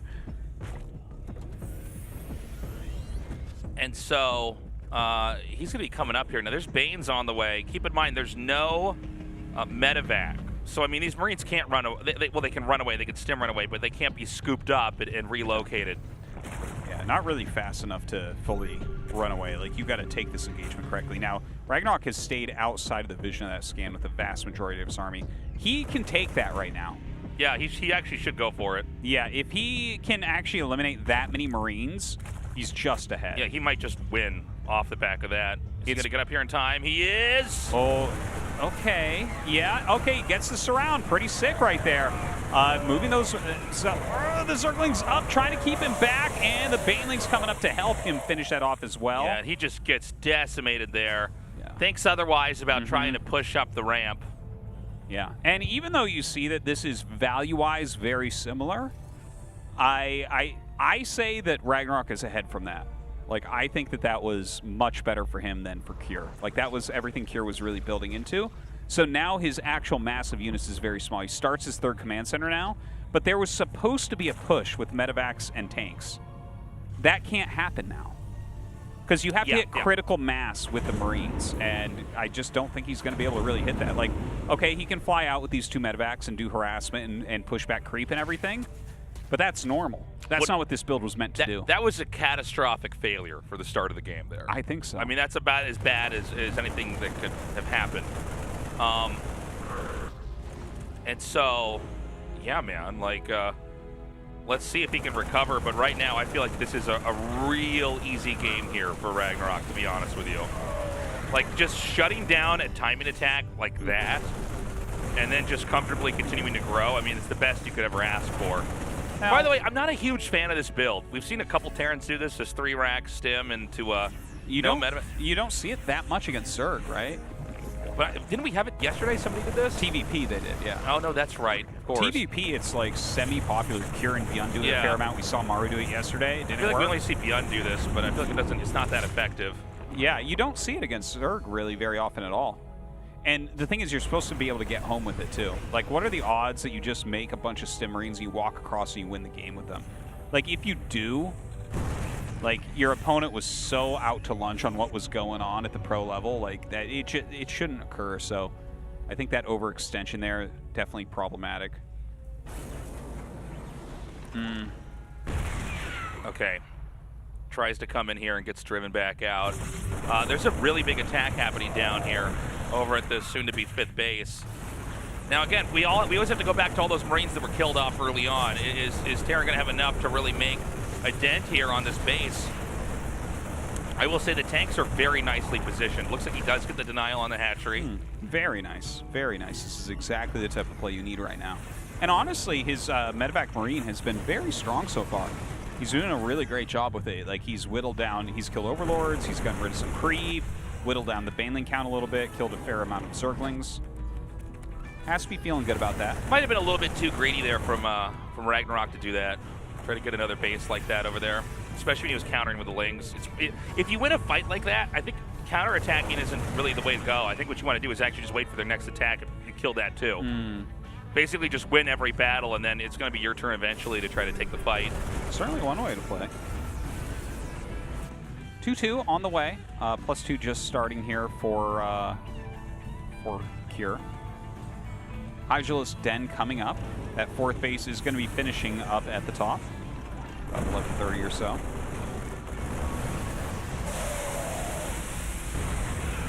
Right, not bad from RagnaroK. Does pull back in time there. Wow, that's a lot of Ling Bane. Oh my god. Yeah, and it's going to be a very, very tough fight to try to get to this 12 o'clock base. RagnaroK continuing to just power up right here. But I think Kier's showing a lot of restraint, not overextending. Same backer. It looks like he might be sending a drone to the bottom left. Oh, maybe not. There's actually a small drop over here. And another little pickup. It looks like RagnaroK coming around that side right now with some Ling Bane.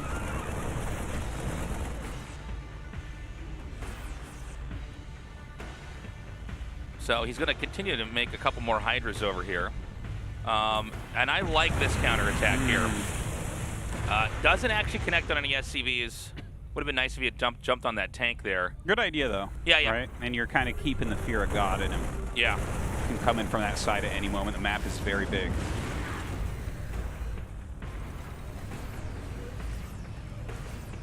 Okay, he's going to come in once more.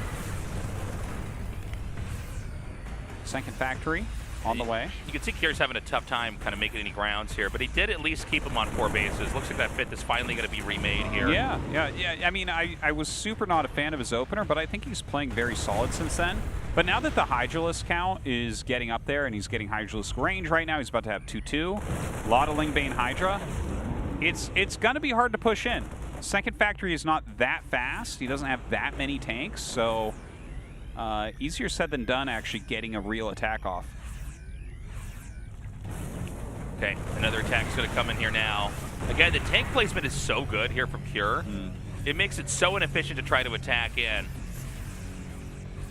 And it looks like we're getting closer and closer to the Terran actually trying to push up here. Nice pickups. A lot of Ling Bane coming around, and is he actually going to be able to reach? Wow, what a great pullback on that back group of Marines at 1 Siege Tank, holding ground here for Kier. Very well done. All right, another attack in here. Oops. Liberator's not that great against Ling Bane. Yeah, Kier's done a good job pushing this creep back for now. Again, it is still Kier on 3 bases. It looks like his 4th is about to be taken in the upper right, kind of above this base over here.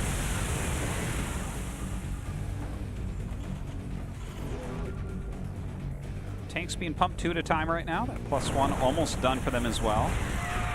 Kier pretty quick. Like, he's really on top of all of his groups. We're not seeing anything just disappear to Ling Bane running in. 2 more Liberators on the way. That's kind of interesting. Like, I mean, is he going to use Liberator tank like the combo to push forward? That is a possibility. Maybe he just sends them out to harass 2 locations while he does a push. Yeah, I would imagine he's probably going to do more something like that than use them to help push. I think just kind of wedging them behind the minerals and, you know. You're probably right, but I feel like Hydras do a reasonable job cleaning them, you know? Yeah, I guess that's a good point. If he has Hydras already. I mean, if it's just spores, I feel like the Zerg has to have so much time just kind of micromanaging it and chasing the Liberator around that a lot of times you know, they're not able to micro their Banelings and everything else on the map. Yeah.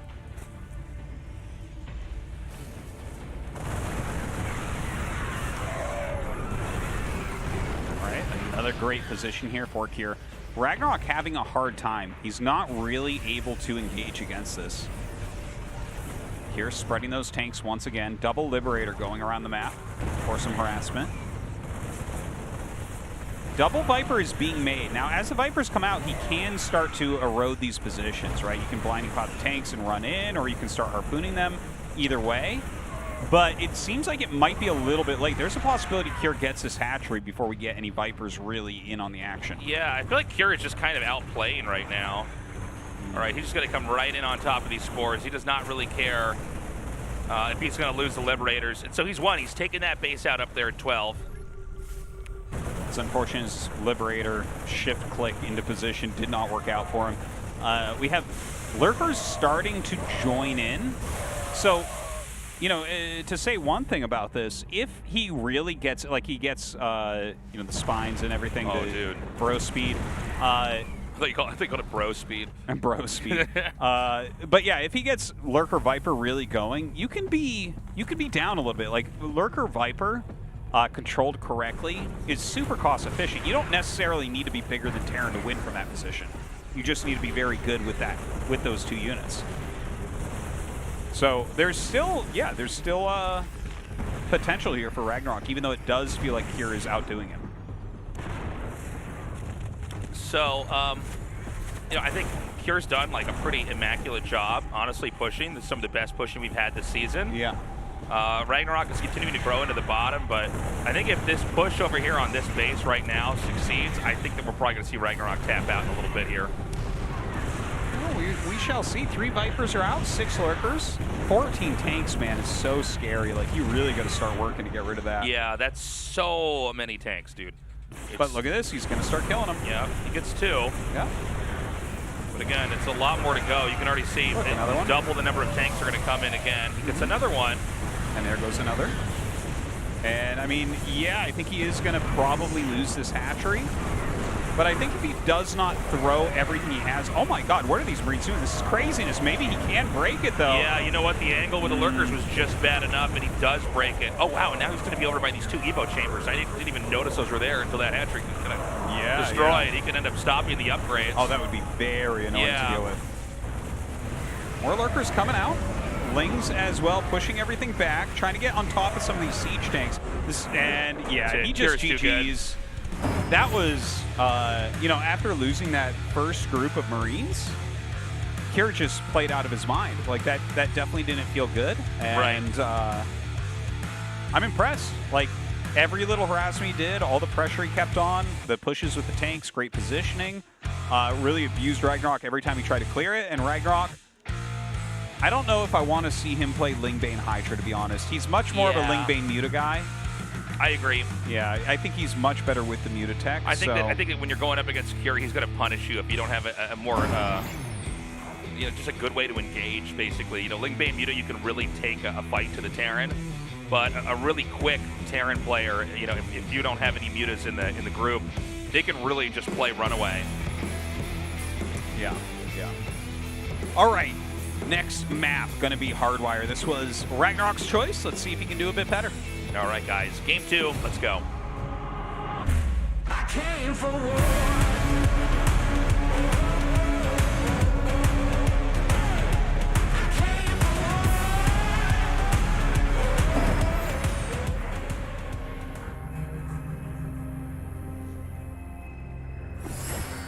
Alpha X, RagnaroK.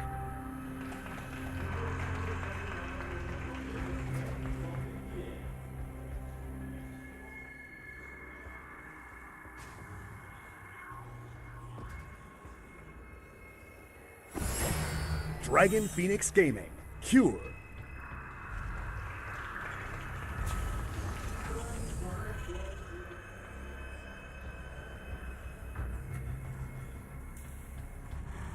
Okay, let's keep in mind that was a win that Kir had after he had one of the worst starts of a game with his build. Yeah. He had a ton of Marines that came out with Stim. The Lings totally surrounded them and killed them off.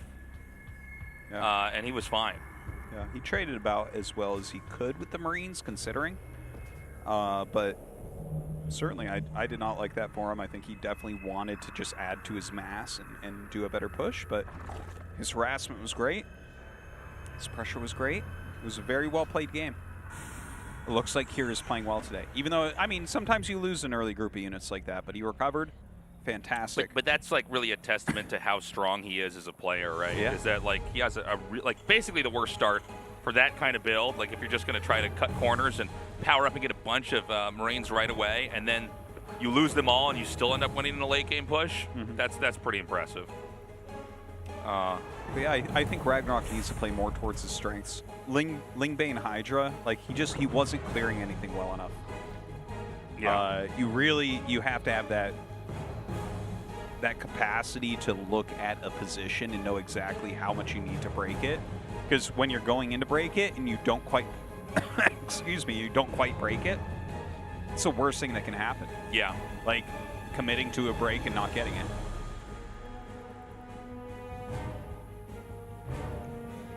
Okay, here comes that Reaper now. Try to go for some of these Lings and drones here. And let's see if there's anything kind of interesting that RagnaroK's going to try to do this time around. He was cheesy earlier here, but in that last game, he seemed to want to basically just play a macro game. Yeah. I agree with what you said, though, Artosis. I think that it's much better to try to get mutas. I think it's gonna serve him better. He's actually really good with Ling Bait Muta. Like if he's playing macro games, yeah, he's quite good with it. So I really wouldn't mind to see something like that. It shuts down drops a lot better than Hydras do. Puts on more counter pressure than Hydras do. Yeah. I mean, Hydras have their place. It's not as popular as it used to be, but it has its place. I think it's harder to pull off in general. We got 22 lings being made, by the way. Yeah, yeah. And this is against Reactor Hellion 3 Command Center. Yeah. Not sure that I like this, honestly, from RagnaroK. Yeah, this may backfire. Yeah. But let's see. I mean, it's ultimately going to come down to if you get a surround or not. I think he already just sort of identified what's happening. Well, his Hellions are sitting on the inside. And yeah. we don't have any SCVs in the natural. Like, he's playing so turtle, it's crazy. Yeah. Oh, no, hold on. He needs to raise that up. He sees one ling. Now, if RagnaroK could kind of like fake this out, like not come out too soon, I think he could still dive in with lings and get a surround. The problem, though, and you pointed this out earlier, Artosis, is that, I mean, Hellions beat lings, you know, if they're going to be controlled correctly. Yeah, this did not work for RagnaroK. He does have that group still on the side. He hasn't wasted them or anything, but every moment he waits, they're losing value, right? A lot of that could have been drones. He could have a much better economy right now, and that's just not the case. So he never really committed with those lings. He stayed back, and Cure just going to power up. His third base is about to be taken. Cure staying very tech-heavy here, continuing to get Hellions and get Cloak here for Banshees. A couple Hellions moving out, leaving a couple home. This is such a defensive spot that we're seeing from Cure. I actually don't understand what's going on. I don't know. I think they both have a bad read. Well, I think Cure especially. But, okay, catches those two. Oh, man. Like, well, not even. Like, normally the Hellions will move out, and they just did not this time. Well, I mean, it worked out in the end, right? Because those lings came in late. Totally. Like, I mean, Cure, I think, is in a much better spot here. I just don't know how he did that. Like, how do you...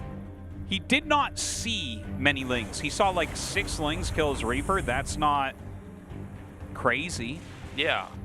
He didn't see the other lings come out, and he just sat there. Maybe he did see it and we missed it. I don't know. But it's impressive he stayed back. Like, he didn't. I don't know. All right, now the Hellions kind of running in here are going to get pretty surrounded. So all that safety tasteless almost loses them there. The Banshees come. This is a good spot to try to hide him. They are going to ultimately get surrounded. Looks like one Hellion is going to live through that. Yeah, not sure how much more damage these Banshees will end up getting.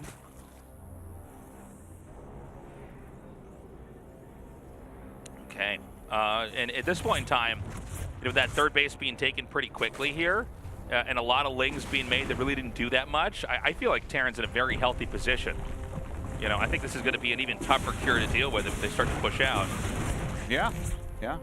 I see nothing wrong with how he's going about this right now. That fourth base is being taken from RagnaroK, that very forward fourth base that we see so often. I feel like we've seen a million games on Hardwire where like the Marines come out in the medevacs and sit behind those minerals and then pop up and down. Let's see if that's how he's going to go about this once again. Fifth base being taken on the right-hand side as well. We have had a lot of games where the Terran will push up on this, in these positions at least, you'll push up onto the left side of the map and try to get behind that base. Yeah. And shell it from the low ground. So we can watch for that here now. He's definitely going to do that right this second. He has a tank and a bunch of Marines. Yeah. All right, the Banshees will help to force these lings back.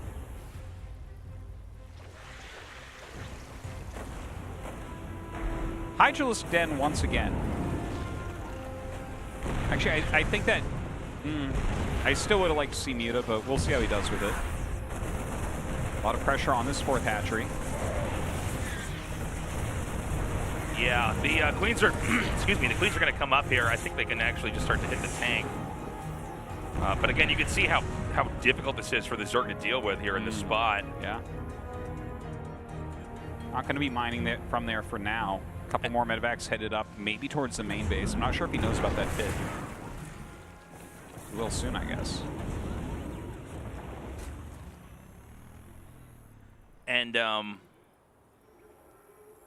mean, this is overall pretty scary here. Cure can come in here now and try to hit this base over here on the side. I like that Cure also not overcommitting, by the way, back there. We see a lot of Terrans do that where they just try to hold their ground for too long. He got his damage in, and then he got right out.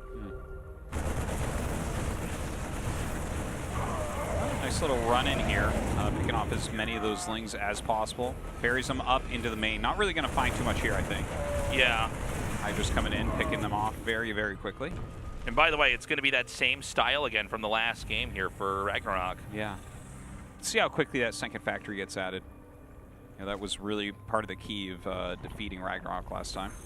But RagnaroK doing a good job holding on to all these bases. Feels like Cure's harassment not quite as effective as what we saw in the previous game.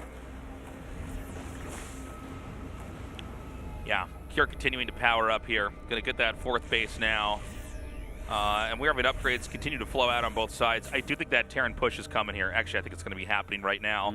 Looks that way. The same spot we saw that fight be taken at earlier on.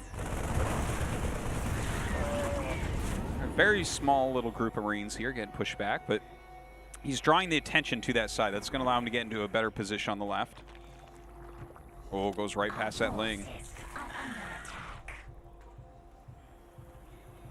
RagnaroK's in trouble, man. He's way out of position. He's starting to bring units over here. I think he realizes now what's going on. Yeah. And this is going to be tough, man. This is going to be very, very difficult to deal with. A lot of medevacs over here now to help give some support. I think 1,000% this hatchery is going to go down. Yeah. Small counterattack coming out here, but one thing I like about Cure, he always has a couple tanks and Marines back at home. So if the counterattack isn't huge, like it's not everything that you have, you're not going to be able to hold it. Yeah. Well, that was a fantastic push. He is going to continue forward, but he hasn't reinforced, whereas, you know, obviously the entire time RagnaroK is. Can RagnaroK, like, plow through this at this point? Maybe send a flanking force out, hit at the same time from both angles? Yeah, that's exactly what he's doing. He has a lot of units to the south of this push. Here we go. Starts coming in from both sides. This is a lot, and I think it's going to get sandwiched very nicely. A lot of the infantry do manage to escape. They're actually going to hop up on top, dealing damage from above. Meanwhile, another push over here on the right side of the map. Yeah, new 5th base does get canceled over there. Going to continue to push down, but if the entire army goes over to that side, it feels like it should be able to knock out Cure's push here as well. Well, he's going to siege up over here pretty nicely. And again, he's just doing such a good job juggling this infantry. In fact, he might even be able to get a kill on that. He does, dude. That's huge. All right, Spire is coming up right now. Let's see. I've never seen someone go Ling, Bane, Hydra into Muta. Okay, it's Greater Spire. That makes a lot more sense.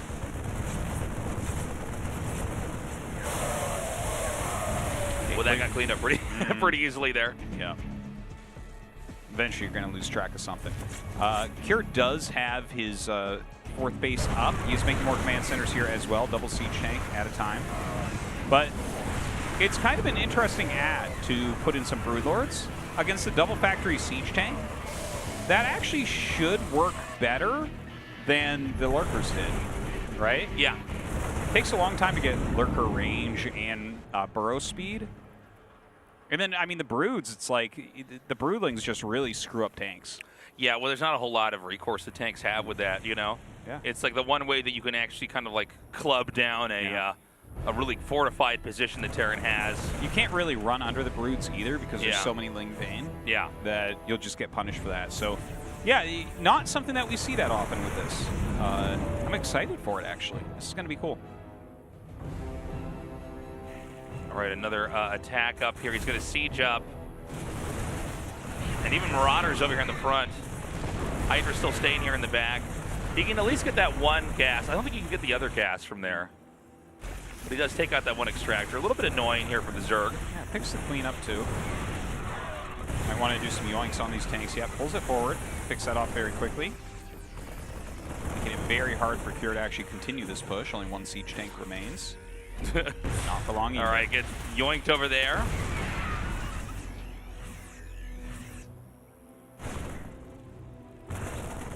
No Corruptors have been made yet, by the way.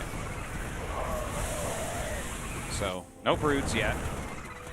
This little group not going to be able to cancel that hatchery, it looks like. Tries to transport them over to this 4th base once again.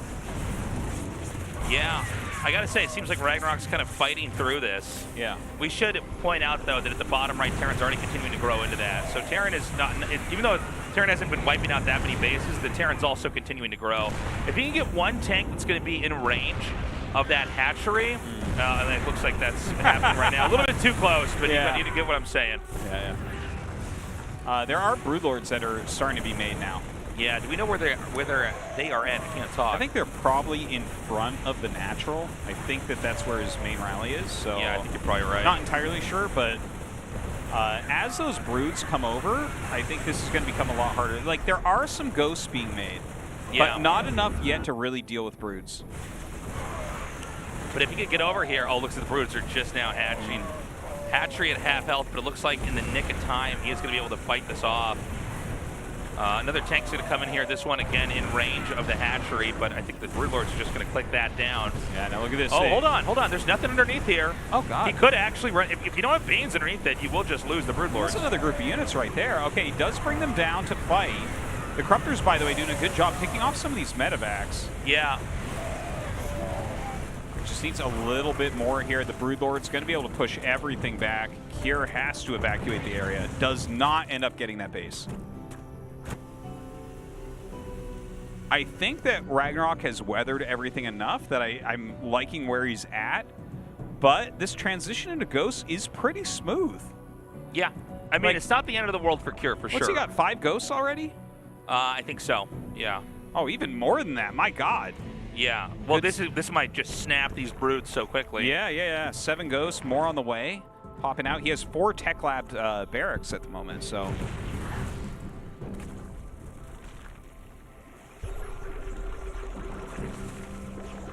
Scan going down.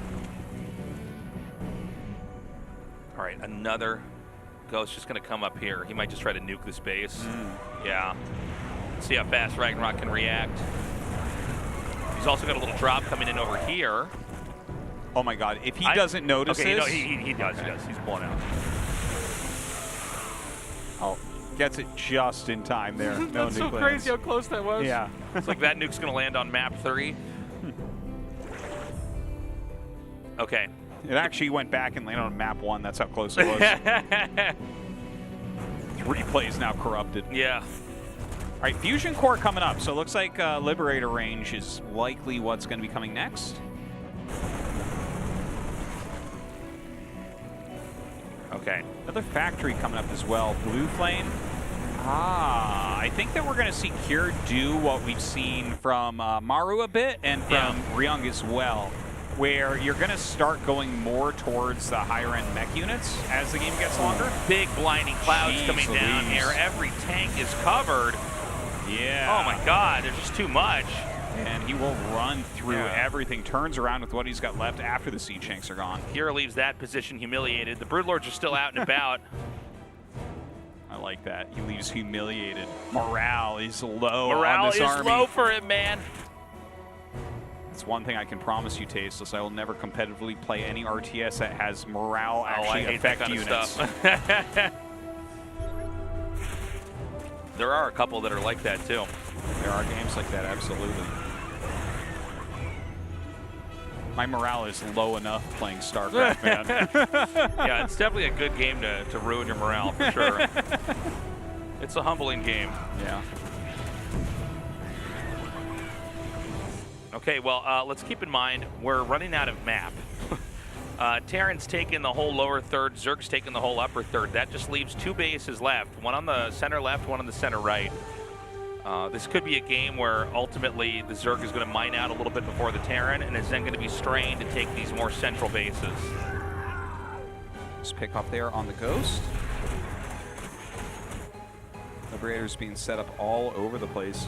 Yeah, this is transforming into a very different game than where we were at before. A lot of Broodlords have been made at this point. Thor is being added in, just every upgrade imaginable going up here for Kier as well. Let's see how many Thors he actually ends up making. I remember, you know, there was this little time period where we saw Maru screwing around with Liberator Thor against Zerg. And I mean, he got Liberator range, right? He has a fair amount of Liberators. He's adding in some Thors. I don't think he's going to go for that composition, but I remember when we saw that a few times. It really was interesting. Well, here we go. Huge Baneling attack in here. There's so many. The Blinding Cloud's absolute insanity there. Yeah, so many tanks just wiped. It means the Banelings can really move very freely right now. The really good kiting, by the way. Yeah, the Banelings keep going back and forth. They're hemming and hawing on where to go exactly. A lot of the Broodlords take a ton of damage here, but are still alive. I mean, he's actually managed to take out the central base. There is a small drop over here, but it's not enough with the Queens able to fight this off. And we're starting to see RagnaroK really push back. Now, RagnaroK has a decent amount of gas banked up, but it's not an insane amount, right? I mean, that's where a lot of those Banes came from, is just having an absurd amount of gas. All right, the Liberators actually do a job there and get some more damage on the Broods, pick a couple off there as well. The defensive nuke does not make the front page of Reddit, and kills off another command center here. RagnaroK really kind of taking control of a lot of the map. Does have a better bank as well, but don't forget, like this type of Broodlord army, you get out of position for a moment, it's gonna blow up. Yeah. All right, he's trying to get these Broods, really the bane of his existence here. The Hydra's coming in here now. They're going to mow down a lot of those Vikings. Here we go, big snipes onto the Broods. All very low. I think I see only 4 remaining right now. Now 3. Yeah, RagnaroK getting his back broken here, it looks like.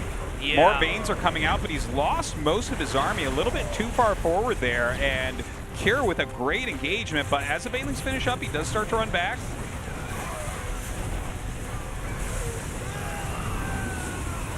Man, I mean, it seems like he's actually fought him off, but a lot of the important tech here for the Zerg has been killed. I mean, 2 Broodlords is just never the right number. Like, you need to have a handful of them, or the Broodlings are not interfering with movement on the ground. They're not that good. It's quite true. It's actually, it's like 1 is pretty weak. 1 is hilarious. You actually do have to mass. When people say they hate mass Broodlords, well, you know what you'd hate even more is 1 or 2. 1 Broodlord, yeah. It's pretty bad. It's pretty bad alone. Yeah. I guess you could set it up in some situations like a Liberator, like over an inner line. That's about it, man. That's the only thing I can think of. Just slowly chuck him down there.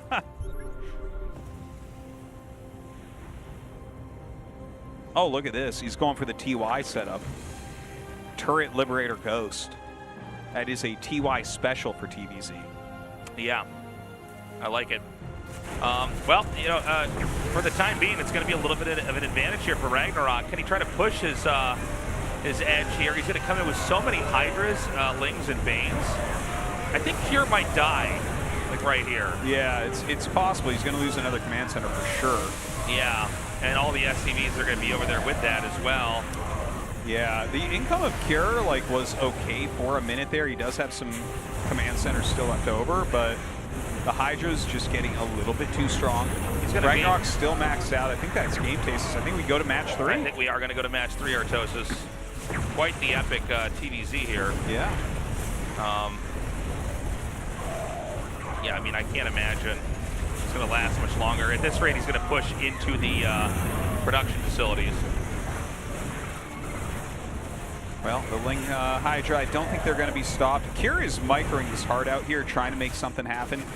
Again, his income is still pretty solid. It's just, can he field a big enough army to ever do anything again in this game? Because RagnaroK has a lot of the map right now, and even if he loses these units, feels like he's just always going to have more supply.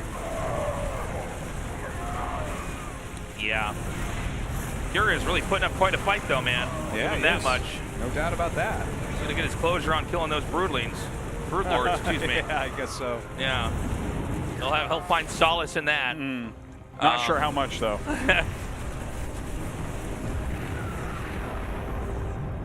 Okay, he's going to be chased away once more.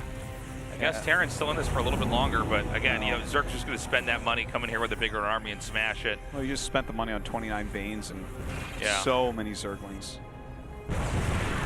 He's not even going to wait for the base, too. Just come in here. Grab the Marauders Artosis. Yeah, you don't see that every day. Grab anything you can. Anything you see, just get it. GG, there it is. Okay, okay. So, tied up 1-1. That was a cool game. I enjoyed that. I enjoyed it, yeah. The Lingbane Hydra into the Broods. The Broods actually did a good job. The transition to Ghosts was not, well, it was a little bit slow, so the Broodlords kind of broke that big tank push that he had on that one base. He was gaining value there consistently on the right side. Right. What base was that, like base 5? I think it was base 5, yeah. Yeah, and he had killed base 4. If he had been able to pick off base 5, likely the game is going to go to him, but the Broodlords were in time. I liked that little twist from RagnaroK. Well done, thinking on his feet. And now we're off to 2,000 atmospheres. Yeah. All right, man. I'm not sure he's going to take this. I think RagnaroK did do an impressive job, kind of taking advantage of the map and the distances there. Funny, Kira having a much smoother opening still wasn't able to push through and crush him that time around. Yeah. All right, guys, we're ready for Game 3 with RagnaroK versus Cure. Let's go. Came for war.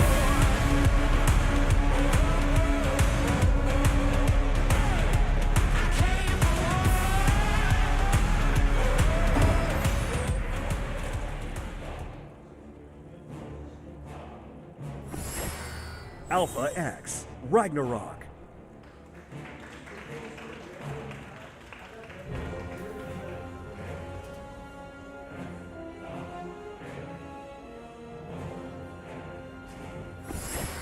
Dragon Phoenix Gaming, Cure.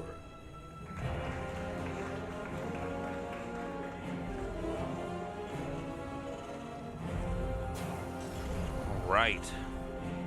Well, this has been a great series. We were going pretty fast through some of the other games earlier today here. Another pool first, by the way. Yeah. Just throwing that out there. Really interesting to see this repeatedly happen from RagnaroK. Yeah. So, yeah, man. I was wondering, let's not forget as well, RagnaroK actually made a bunch of lings at the start of that last game. Was kind of hoping to spring an attack on. I had forgotten about that. Yeah. And Kier somehow was like a mind reader and just sat back with that Hellions. That was kind of insane just watching that, where he just sort of reacted perfectly. And RagnaroK still was able to come back and grind that one out. That was a really great game. It really was. Very nice.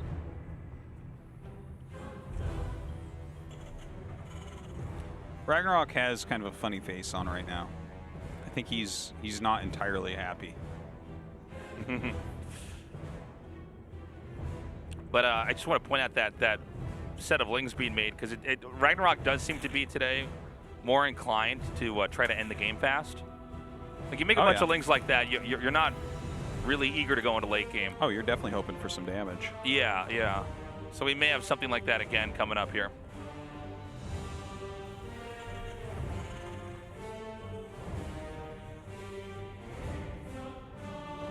Reaper going to catch this one.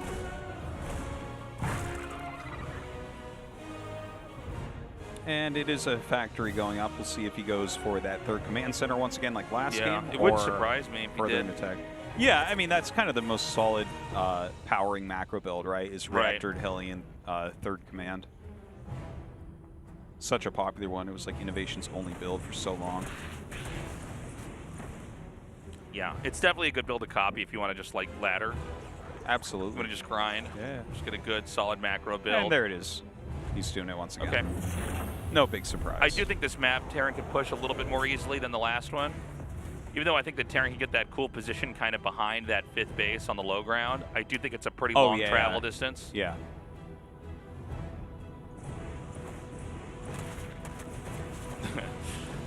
So this Reaper's not going to be able to get up there.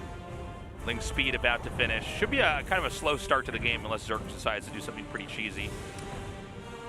Yeah, I think you're right about that. And let's see if he goes into... Do you think he'll go Banshee here? Like, there is the chance that he goes into, like, Battlecruiser. We haven't seen it much lately, but this originally was, like, the Battlecruiser map when it first came out. Right.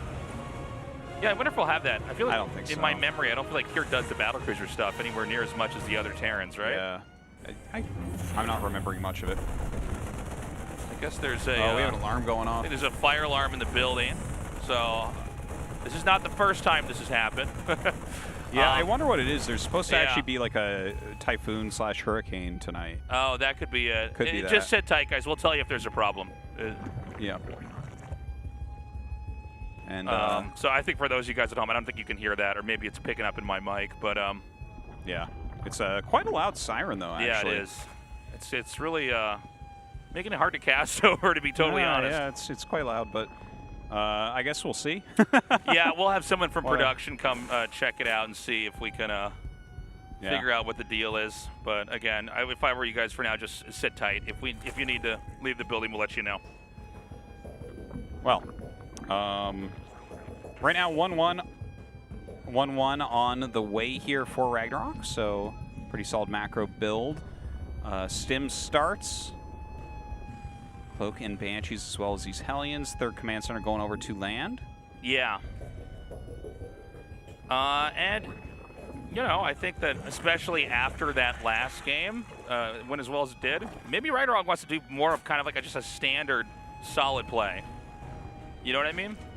More macro up, trying to go toe-to-toe. I mean, honestly, I want to see him play some Lingbane Muta here today. Like, I actually am a fan of his Lingbane Muta. I think he plays it really well. It is weird he hasn't done it at all. Well, I mean, it's standard enough that maybe you're like, well, Kira is a little bit better than me, and that's what you probably practice against the most, right? Yeah, yeah. So there is something to be said for that. All right, so it looks like that alarm got turned off, guys. I think there's no reason to be worried. We're back. Right. Oh. I actually want an update as to what that might have been. Yeah, I wonder what that was. But yeah, it's I wonder if there's like a crazy storm outside right now, because it was brewing, man. It was been windy as hell all day, and we're like in monsoon season now, I guess. Yeah, man. I was always blown away when I first moved here and discovered how intense monsoon season was. Yeah, we get a couple of weeks of absolutely pouring rain. Like just insanity. Okay, so these lings are going to come in here now. Yeah, actually taking a pretty good trade here. That is a lot of fried lings. Yeah, this is like a really good angle. The lings just can't get the right surface area, and he actually loses that fight. This is kind of crazy, man. It's funny that the drones came back. He's like, yeah, I got it. No, you don't. No, you really, do not. truly don't. And that became so much better since he got 5 more drones. Yeah. And he's still got 4 Hellions. Oh, my God. This was quite nice for Kira. Banshee's still flying around. Let's see what this one can do. No, not much. Yeah, it's too low on HP. It's going to visit that space shark. Well, I guess here it's not a space shark. It's an underwater shark. Yeah, a normal it's shark. a shark. Yeah.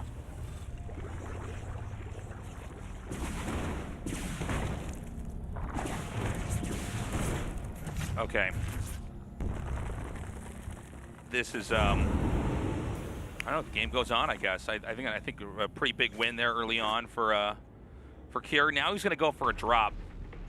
Looks like he wants to try to come up here towards where 12 o'clock is, clear out creep. It is going to get spotted by this one Zergling by the tower. Not able to get in with that Banshee quite yet either. Couple mines coming up. Armory is on the way. So we'll continue those upgrades. Very nice creep clearing. A lot of healthy tumors that he's getting rid of. Yeah. And it looks like it's not going to have too much effect here on the ground. I don't see another pair of medevacs out here, but I wouldn't mind seeing them also just drop into the main or something like that. I think the Banshee's actually up in the main right now. Oh, is it? Yeah. Oh, you're right. You're right. Still trying to get Banshee some damage. somehow still not dead, man. It's been so low on HP for so long. Can't kill what you can't see, Tasteless. That's right. All right, another little push in here. Tries to clear out that last creep tumor. Doesn't quite work. Gonna pick up and get out of there. And there's another base being taken here at 3 o'clock. So he's going to send another drop out over in that direction. And that very red Banshee looks like it's not going to survive too much longer. The Queens finally do take it down. Looks like Burrow's about to finish getting upgraded here. Oh, I didn't notice he got Burrow. Yeah. I like it. Yeah. We don't see it that often.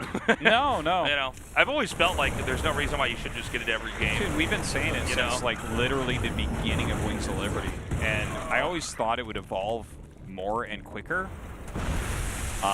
Like, obviously this game plays out a little bit differently. StarCraft 2, it's like a little bit wider where all the units move, so it's a little bit harder to catch things with the burrow. But still, like, I mean, we were all, like, everyone who played StarCraft 1 was pretty sure that was going to be a big thing, like burrowed banelings. And it gets used, but not that much. By the way, guys, quick update. The alarm that went off, it was just a malfunction, so everything's fine. Oh, malfunction. Back to gaming. So sorry about that, interrupting the games. So we got more movement coming out here. But I feel like as time passes, we're seeing these little attacks, these little jabs from Cure being less and less effective. But yeah, whenever I see Burrow, like, just delaying even like a command center from landing for a little bit, I feel like it's totally worth it. Totally, yeah. It's kind of like DT Blink. Like, it's not doesn't take much to pay for itself.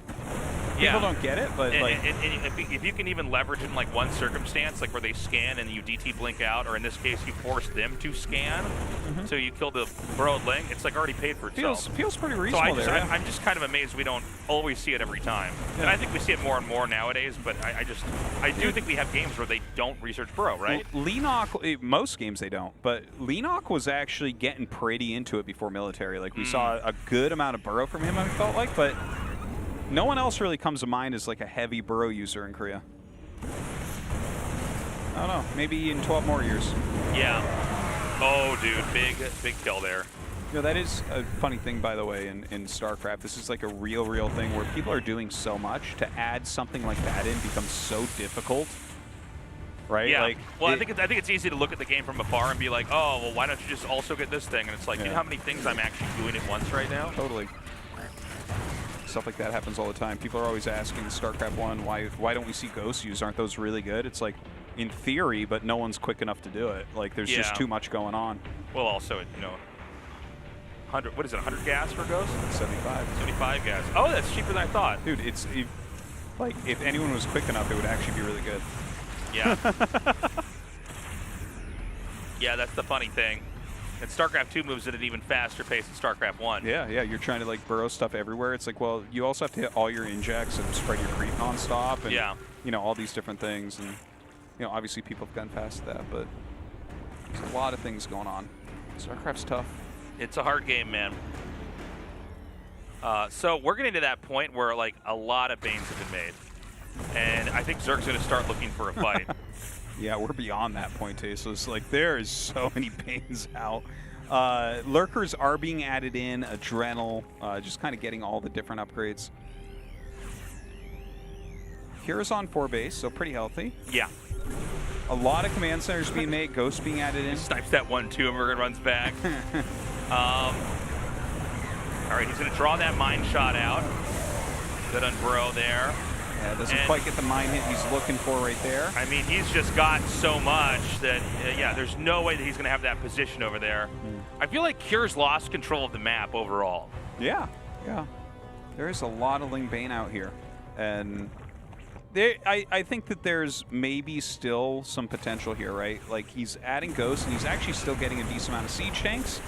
So there's always the chance that, like, RagnaroK Armani's this game, where he just starts throwing units away. Like, he tries to kill and throws units away. And then there's also, you know, as you go from, like, a Ling Bane composition into Lurker, sometimes you find positions that are a little bit soft. Because the Ling Bane doesn't necessarily tank that much for the Lurker. And a lot of times Zergs will, like, overestimate the strength of a defensive position. So we definitely see that happen from time to time. So, you know, Cure, he's still in it. So, Terran's now taking this base over here at 9 o'clock. This is going to be a tough one to hold. Very close to the Zerg's creep. The bottom right 3 bases, also not that easy for Terran to get. We're going to start to see Terran get a little bit strained here. It doesn't mean you can't go half map, half map. It is possible, but at the same time, only a few Terrans in the whole world can really do it. Like Maru, you know, TY. Yeah, Maru does it.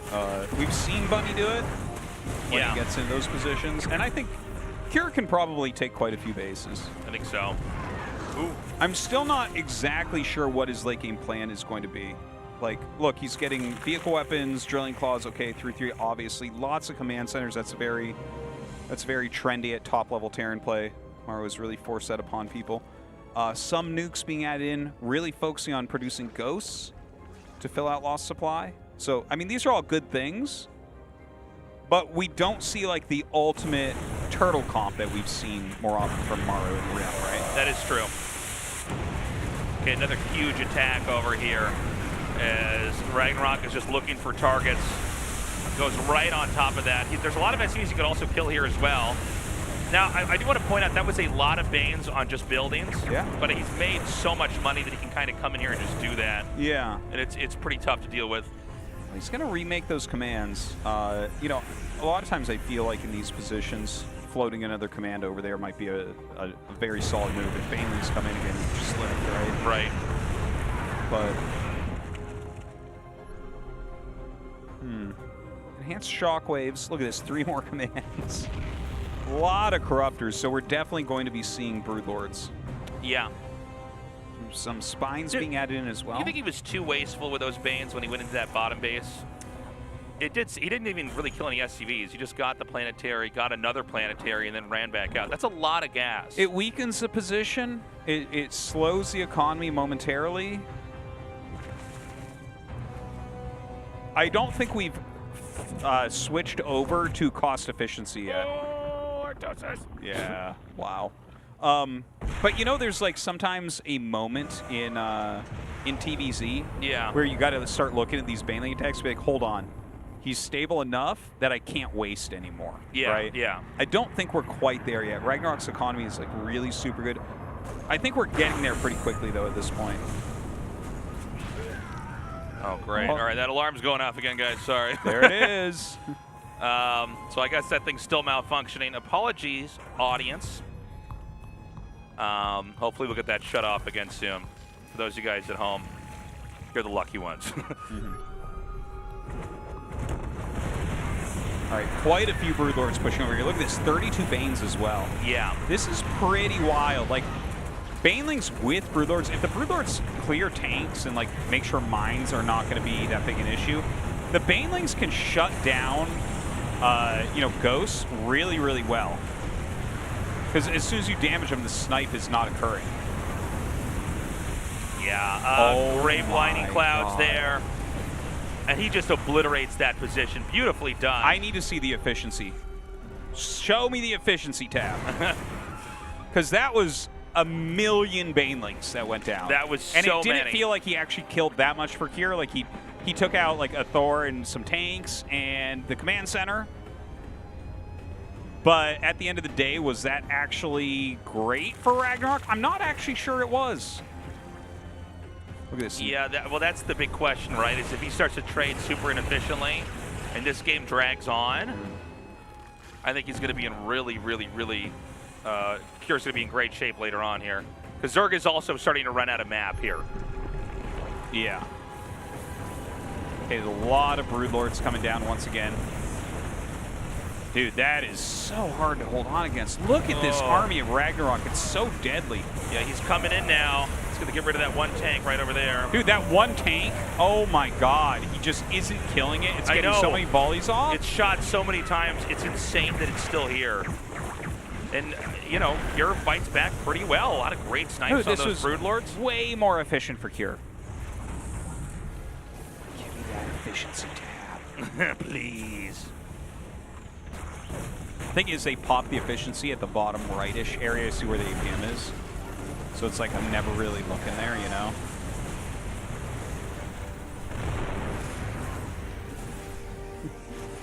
I don't like those bottom tabs, Tasteless. Like, this is not a game of math. This is art, Tasteless. Okay, another big attack in here. The Thor doing a lot of damage to those Broods. Going to try to back up a little bit more. Nice EMP onto the Infestors. Loss is not that much bigger. Plus 7k efficiency here for Kier. So not as much as I thought it was going to be. Sometimes in these types of games, you see like over 2 times. Wow. Oh my god. The blinding clouds have been just amazing. Yeah, that is a huge attack over there. Terran's coming up from the bottom, and well, hold on. These Lings are going to surround that Thor. I was going to say. He has erased a lot of Thors here. The Blinding Cloud's doing a fantastic job. The supply really does say it all, you know? You just look at it and you go, okay, like that is a bit brutal. That's a long road to go back up here if you're going to max out. And you can see the income here is very low. Terran just kind of hitting the bottom over and over again, especially with the minerals. A lot of extra gas, which isn't surprising in this matchup. But, of course, the Zerg can just sink all of their resources back into a lot more Banes. They're going to run in here once again. Goes after the Planetary.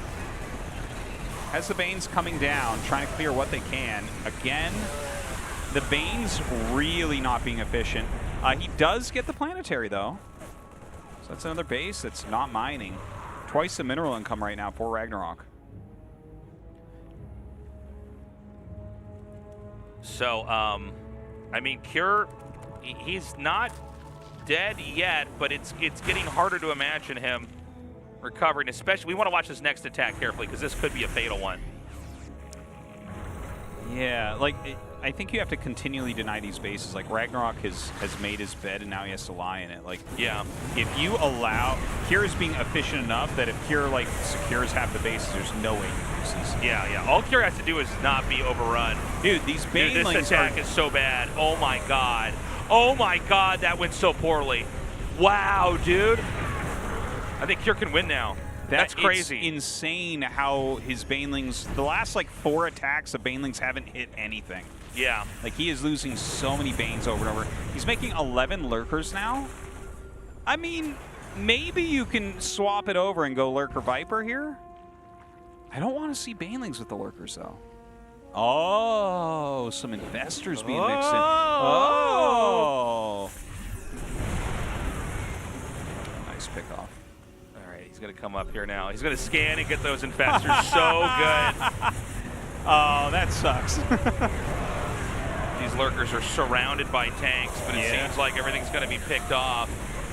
Okay, the Lurker attack doing a lot better than a lot of these Bane attacks have. A war of attrition here. Dude, watching Banelings roll on a ghost and not kill him is really sad. That Lurker shot right into space. Oh, he gets the command center. I didn't even realize it was that damaged. Well, Supply Patch in some trouble. By the way, guys, bottom right has been taken. So Zerg is soaking up that location as well. Yeah, he's had that actually for a little bit. I like that he actually has it droned up as well. That's really, really good. Keeping that income very high. Another command center floating over these 4 mineral patches.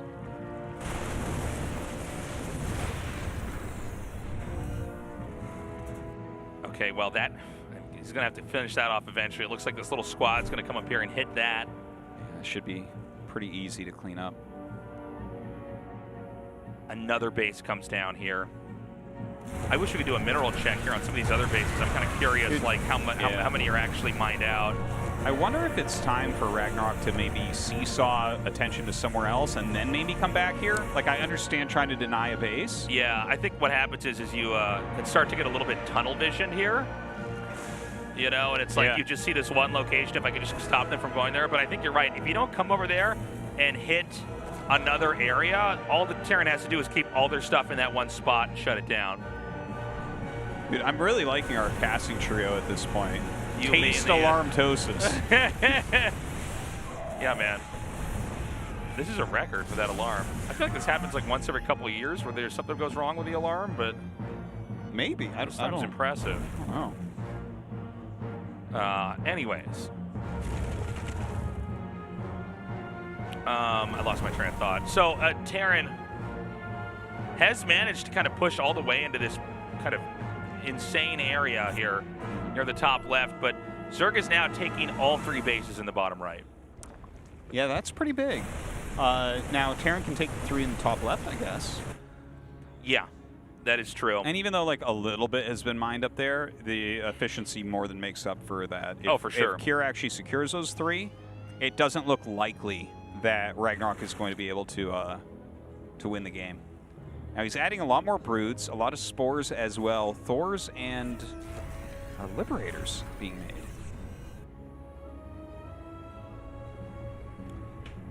Okay, well, this is actually a very good night of games. Like Hero Maru is still my favorite from this season 2 so far, but like overall, I think tonight is better than last night already. Like overall, we've had some really interesting good games. And look at this, we're 24 minutes in right now. It's like Kira's done such a great job being efficient. RagnaroK definitely a bit too wasteful in this game with those Banes. Yeah, I like these tanks over here. You can just hit that hatchery from there. Pretty nicely done.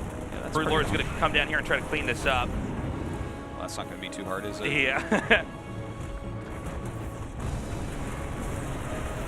Oh my God, the tank lives. Crazy.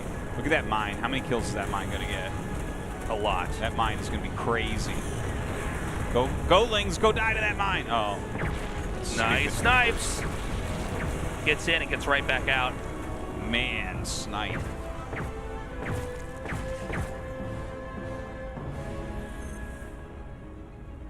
Well, if you see the Broodlords down there, you know that you're not going to be hit that hard at the top. That's the big thing to note is, you know, the Broodlords are like, I think, some of the least mobile units in the entire game. But they fly. I know, it's crazy, right? Yeah, they're pretty damn slow. All right, so he's going to just siege up over here. Spores coming down. So this is the new battleground. It seems like RagnaroK wants to get himself bases rather than deny bases. Yeah. I definitely do, like, it wasn't working at the top, so I get it. But like we were talking about with the efficiency level that we've been seeing in this game, yeah, if you have equal bases, you're going to lose as RagnaroK. Right. So this, I don't think, can be the right play. Unless, like, I don't know. There's ways that he can win. Like, for instance, let's say that Kier dives on these bases. Really all he needs to do is pressure lightly and keep RagnaroK down here and mine the top left. Right. But if he does something that's, like, makes some sort of blunder, yeah, RagnaroK could win this. But, like, what I'm looking at right now, this looks very bad for RagnaroK. Very, very Yeah, bad. this feels like it's almost a Terran win. Yeah. I think it is a Terran win. Like, I would put big money on Kier winning at this point. Now that we're 26 minutes in, I'm confident. Okay, a little attack coming down here. This is important, I think. These types of moves are really important, but he can't just kill that one. He has to get another one, too. Can't let him have that base. So, doesn't seem like anybody's going to be able to mine from this space for a while. We'll see if that becomes like a very sought-after location later on, because everything else is just going to start getting mined up, right? He's even making a hatchery to the right of that, just probably to try to get the gas. Another nuke coming down here. Neural on the way. Mm-hmm. Can see some interesting interactions with Neural. Previous set of infestors really did not get anything done, literally. Just died while they were burrowed.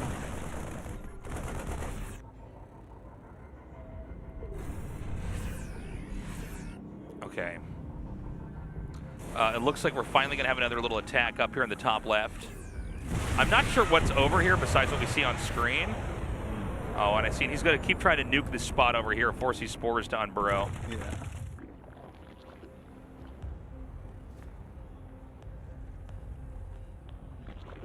Okay. This game has really slowed down, by the way. It has. Well, they can't kill each other. Yeah. Like, attacking in is so difficult, these entrenched positions. Like, attacking into creep, into, like, static D plus lurker, infestor, broodlord. Maybe banelings and hydras in there, too. Yeah. Just not doable. And then, like, obviously every time he tries to attack in, snipes galore come out. Right, so Terran's going to take this. He really should have worn the Mecha Zerg skin here, man. So he can't get sniped, right? Oh, that's cute. Oh my God. He's got his own version of the siege tank. Yeah, I was going to say, he's like, I can do that too.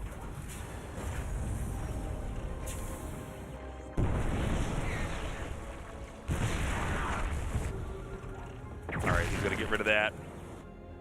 And we're going to get to the point where it's going to be this base that's kind of to the top and to the left, and the base that's kind of to the bottom to the right are going to be the only places that have not been mined out. All right, let's see. I think he's going to maybe think about using some neurals here. Yeah, not a bad idea. Get those Thors. I mean, you could always throw down a fungal if something arises. Okay, pushes back reasonably well here.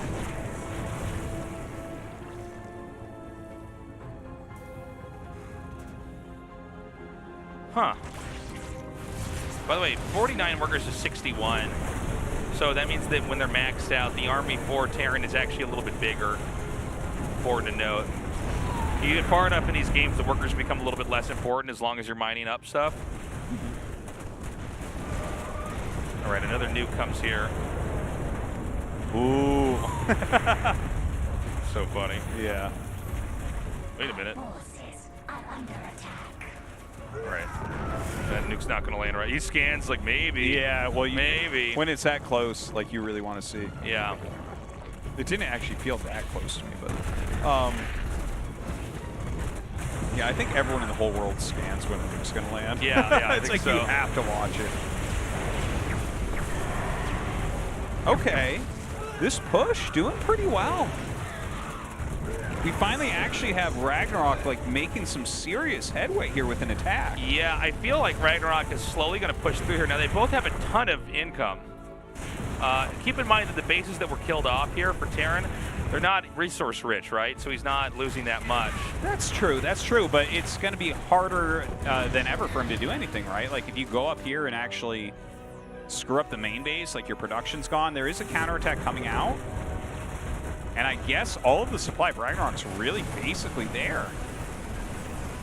He's going to have to turn around. Or go for a complete kill. Like, does this turn into a complete base trade? Yeah, this is interesting. Keep in mind that a lot of Banelings were killed. I mean, surely is there just really nothing up here for Zerg? Yeah, almost all of his supply is down at the bottom. He has brought some of his units back. I don't know that little army can kill that. I feel like he has to actually move with the Broodlords. Yeah, he does. The Broodlords would actually just ravage what's up here. Like, it would not even be close. And he seems to be hemming and hawing with those Broods, man. He like really sent them does. back, and it's like, you have to be very decisive with your Broodlord movement. To be fair, I mean, oh, the Neurals. So, oh my God, the fungal? Oh I can't believe it. I think RagnaroK is going to win this. This is crazy, man. And now he can go up into that main base once again. But what I was going to say, Taste, is like, I guess you could kill the top right area, but he just remade Spires like in the bottom right. Like RagnaroK can just reposition himself as playing from the bottom right. Like, you know, Zerg macros so differently from Terran. Yeah. He has all these hatcheries. He's okay. He just has to rebuild a few of his tech buildings.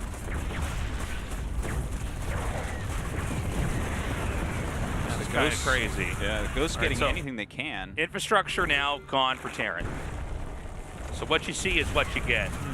And we don't see a lot of buildings being made in that building tab right now. He built some in like the middle top left. Oh, I see like some random chunks of buildings. Yeah, he's making 3 factories, 2 racks right now. Oh, I love base trades, man. This is fun. Thing is, I think that ultimately the Zerg is going to have, I mean, you have spores, right? You can just run them underneath the Broodlords. I think replacing the depots is such a pain. You got all your overlords that can kind of fly away. It's not that many SCVs either. Yeah.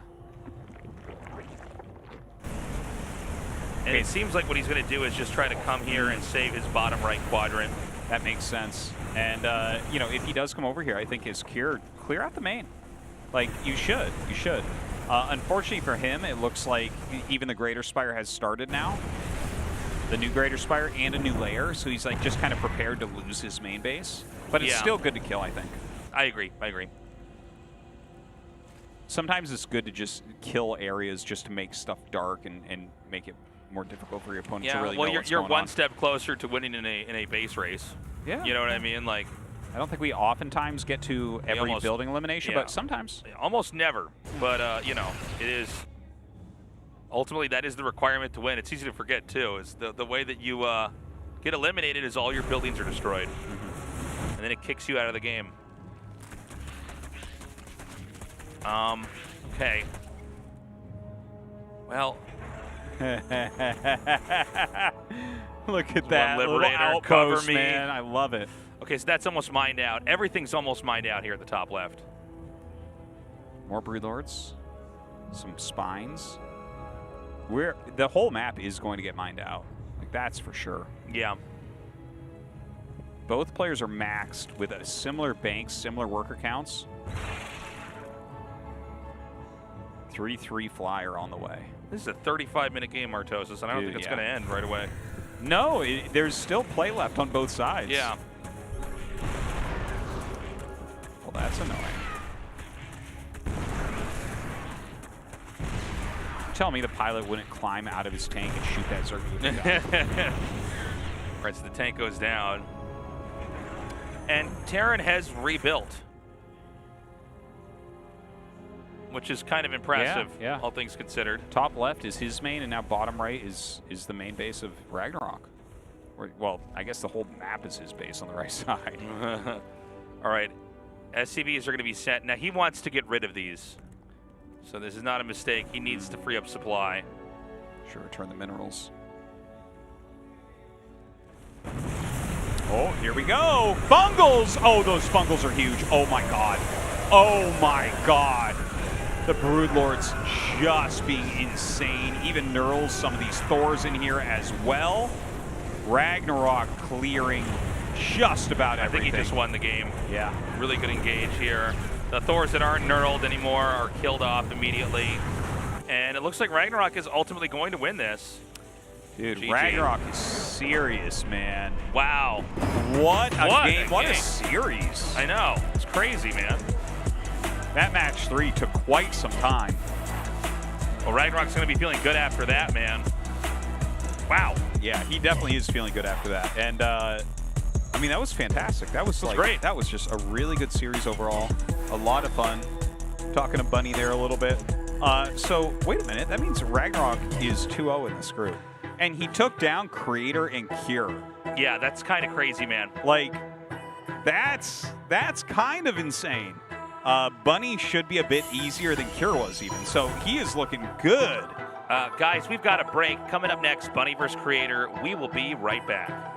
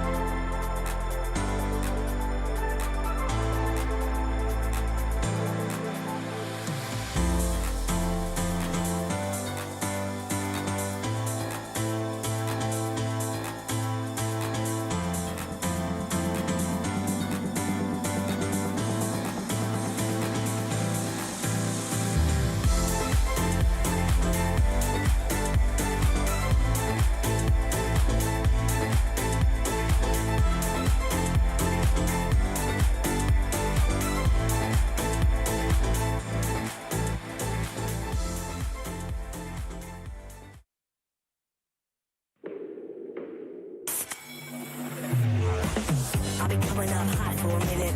Everybody know the drop when I'm in it. Everybody know the drop when I'm in it.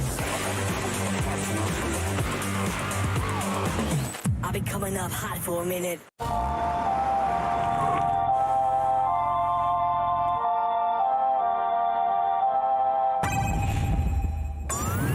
상큼함 맥스, 칼로리 X, 맛있는 탐 제로.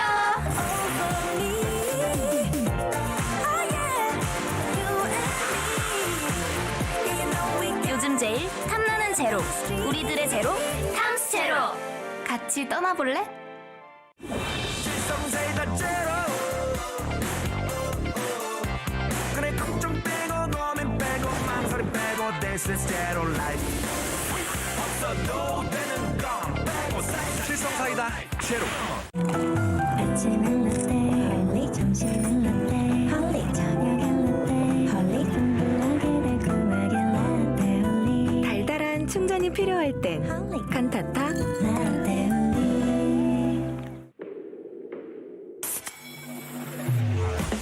I'll be coming up hot for a minute.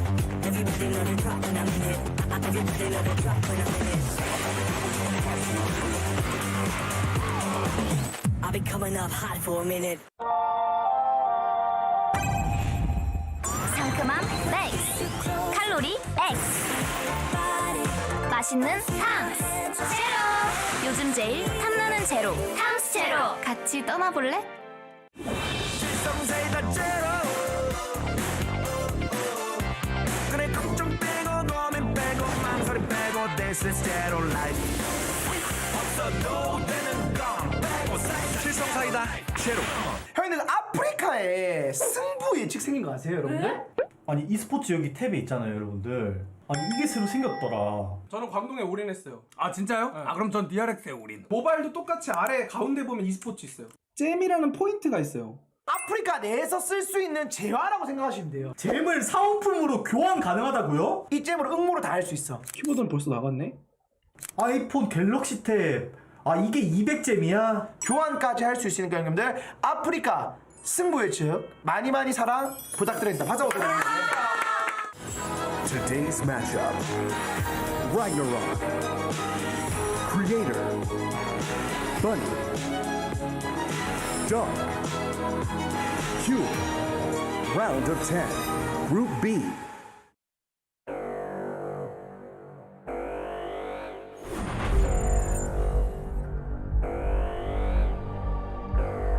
Africa TV, Freak Up Studio, live. 2022 GSL Season 2. Welcome back, everybody. Thank you for waiting.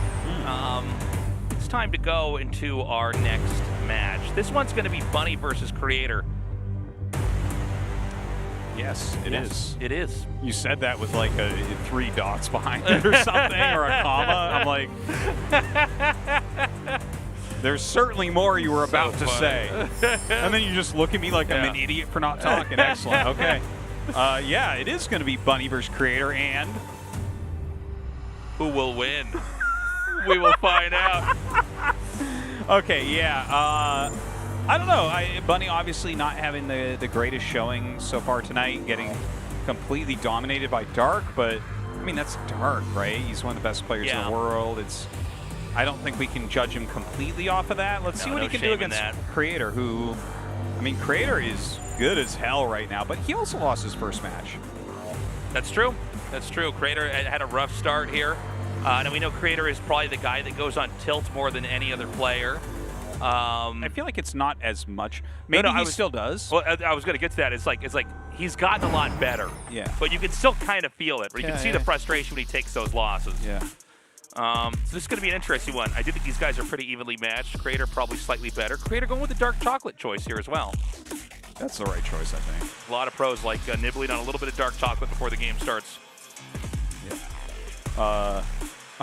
You know what I like to do is I eat a Cadbury egg and I have 300 APM for the first 5 minutes and then I crash.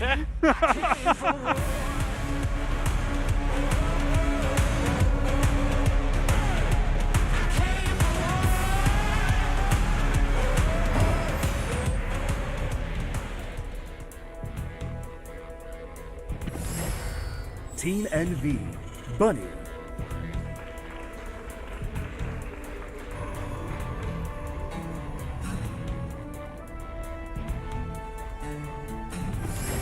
Team NV, Creator. Got a probe coming out right away. Artosis going to scout the top right. Oh, all right. Oh! Is cross spawn, so again, tough for Bunny. Yeah. Twice now he's been on this map again, cross spawn. Yeah. It's the fate of Terran players, Taste. It's always cross spawn. It's rough, man. Oof. Okay, so this probe's going to come down here and spot this in the bottom right. Welcome, guys. So good to have people in the studio again. And it seems like our alarm's not going off anymore, which is good. Kind of miss it. That was you kind of miss it. Yeah. It was better when that thing was going off all the time. It was like white noise to me. I was very comfortable with it on. Once it turned off, I couldn't focus anymore, and my cast became bad. Yeah. Okay. So he's going to scout him. He's in the bottom right. Now, we talk about distances here, and one race is trying to push the other one. PvT is kind of funny in that, like, I don't think one race is necessarily burdened with having to kill the other one. Whereas, against Zerg, it does seem like the Zerg has to keep growing, and the other player's trying to stop it. And if you can kind of take the wind out of the Zerg's sails. That is somewhat true. Although I would counter with, it feels slightly important as Terran to slow Protoss. Yeah. You know what I mean? But yeah, we've seen some of these engagements that some of the top Terrans are taking now against Protoss. It's gotten a lot harder for them to actually engage. If you look at like any of the Maru games, I guess against Hero specifically, that was amazing. And then like Ryung against Zest, I will just never forget. Like the engagements he was taking there. So yeah, you're kind of right. It's like you don't necessarily have to just go kill your opponent like it is against Zerg. Yeah, I think the lines are not that clear. They can both attack each other. They both have timings. They both have cheeses. Although actually, just throwing this out there, I guess TVZ we are seeing this shift where you're not killing Zerg. It's kind of like TVP where you're slowing them and then you're absorbing. Yeah, well, I guess in TVZ, right, we get to this point where the Terran's trying to kill the Zerg, and then that part of the game ends. And then it's the Terran just trying to hunker down and the Zerg trying to kill the Terran. So there is a little bit of that. Yeah. That is a good point. And then sometimes that slows down to nothing, right? Where it's just like... well, kind of like our last game, Yeah, exactly. It's interesting to watch that kind of...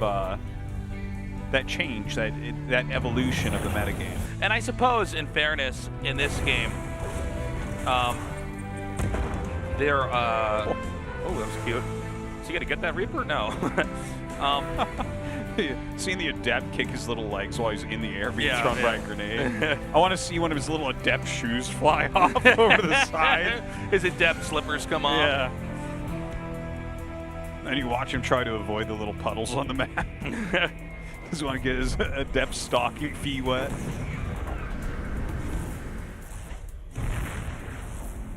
Hey. Yeah, this is pretty big.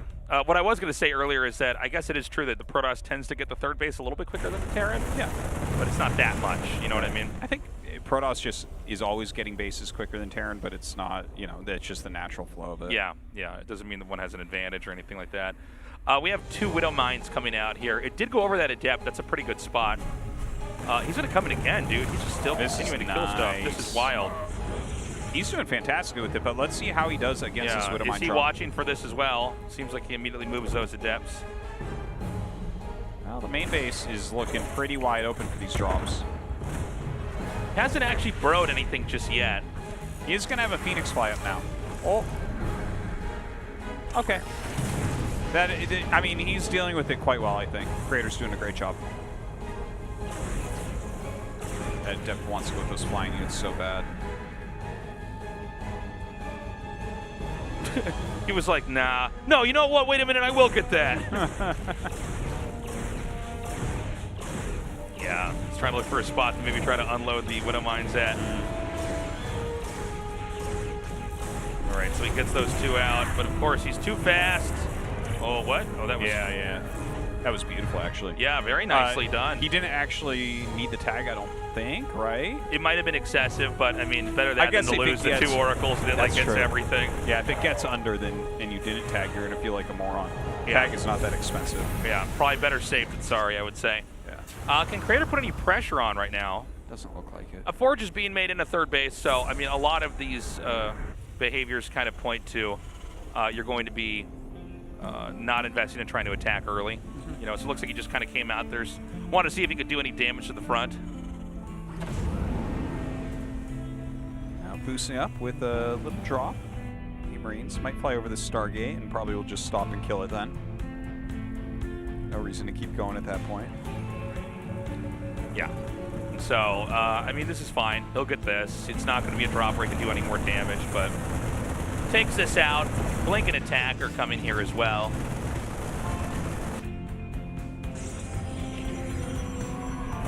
And yeah, not much else to say, to be totally honest, guys. We're kind of watching things develop.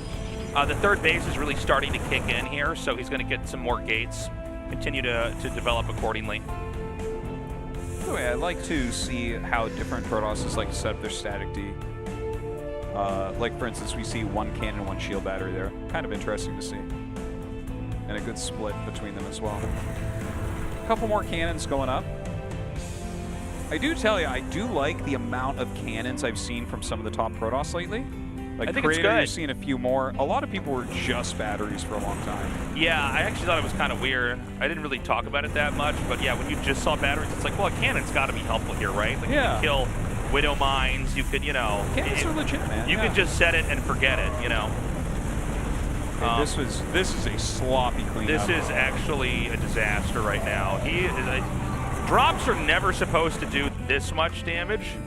They're supposed to kill workers, and then your army gets there and you try to run away, but he just killed off so much important tech. He lost like his oracles, the Phoenix, some stalkers, some he probes. can't make oracles again. Yeah, that's true. All right, this little drop. Ooh, good heal right there. Oh, he even overcharges and he can't stop it. That was sick. Oh, wow, and one of those medevacs gets out. Nicely done. Wow. All right, good execution from Bunny. Yeah. That was great, actually. Killing the Robo is really nice. Yeah. So he's going to tear down these rocks now. The Robo's going to be remade here. I'm a little bit worried for Creator now in this game. After that like really bad drop and then the Robo getting picked off. The really good drop, I guess you could call it, the bad handling of the drop from Bunny. Okay. Yeah, I think that Bunny's ahead here. I don't think Creator's dead, but it's not a fantastic spot here. You're definitely right about that. Okay. Oh, those mine hits were insane. Oh my god. Yeah, this is kind of crazy here. He's going to back up again. Third base almost finished now. Third base on location, so very, very nice. His economy is going to shoot past Creators, perhaps, even. I think so. Creators been taking kind of a beating meals. here. Looks like the Stalkers are going to pursue this. He's going to stem and chase them back. Yeah, can't do too much. Surprising turnaround there. Yeah. But yeah, I think killing the Robo was like... That was huge. It kind of was, really, because he didn't only kill the Robo, but he cancels the fourth base, right? So there's not really a lot going on. Like, if he had been making Robo units non-stop this entire time, he'd be up at like 3 Immortals right now. And, you know, this army wouldn't be nearly as scary as it is, but it is as scary as it is. Okay. Another attack coming in here. And I gotta say, man, it would have been nice to have those Oracles alive to tag this army and try to monitor it as it moves, but, you know, he's lost control of that. Yeah. Creator trying to get into Psystorm now. Yeah. Bunny doing a lot of damage on the outside. He's continuing to rotate his positions. All right, walks through that mine there, unfortunately. Ghosts are being added in before Psystorm is done. Yeah. Always good to see for Terran. Look at this, man. Burrows into that glass once again. Look at it just kind of floating there. It's so funny looking. I know. It is a weird look, isn't it? Another attack comes in. feels like if you stepped heavily on that mine, it would like pop out to the bottom, just fall. It's not actually like its legs aren't holding It'd be funny anything. if it burrowed in there and the glass just shatters and it falls down. Yeah, you can't build a Nexus there anymore. There's no longer a base. Nice storm. That almost went really badly for Creator, but does push everything back. Now he has storms, multiple immortals. Still a scary army here for Terran. Bunny staying so active on the map. Does have his 4th base coming up as well. And looks like he's going to try to come down here. Oh, I'm sorry. I thought he was going to go to this base in the center left. He's actually going to come up here. He might be able to outposition the army here. The Widow Mines are going to get burrowed. The Ghosts are going to have some very nice EMPs if he can be ready. Templars. Oh, never mind. Charges in there and eats some mine shots. Okay, going to try to throw some Side Storms down. And with the Immortals, I think he can push this back. Oh, picks off the Prism. That's kind of nice. That was already heavily damaged from before. Ooh, that was a nice EMP once again. Creator. Oh, I think he just hit his desk case. His camera's bouncing. Oh, did he? I think I heard a hit sound, but I didn't realize. I know that's a fire alarm against Aces. Well, I think he's kind of falling apart here, man. The Stalkers on the side are going to be picked off. That's a GG. Ouch. Oh, man. Creator having a tough day. Oh, yeah. Oh, I did. Yeah. I don't know if we caught that on camera. Yeah, he just did that twice. So you can see still the most emotional player, perhaps, or the angriest player in GSL. I mean, that's rough. He is not happy with that game. He definitely got outplayed by Bunny. There's not a lot we can say about it. It's just like everything Bunny did kind of worked, and Creator like wasn't able to defend everything as well as he needed. Nothing was clean enough. Like that Robo getting picked off, the drop in the main base that took a little bit too much. Yeah. And all that adds up, and Bunny kept on. Creator like really angry right now. Like don't forget, he lost the first match for RagnaroK tonight. Yeah. If he loses the second, you're at the bottom of the group. It was a frustrating loss, especially that game 2 against RagnaroK, right? He got just totally cheesed out. I think he might be calling for pause. Well, he's out of game. Maybe he wants to go to the bathroom or something. I don't know. Like we do allow the players 1 break. Usually it's just used for a restroom break, but I mean you could do it for whatever you want, I guess. Maybe there's something wrong with the headset. He might have thrown the headset off his head and like disconnected, something like that. You never know. But yeah, he's really upset about it, and I mean obviously you do not want to go down here. If he goes 0-2, like you're at the bottom of the group, and maybe you make it out still.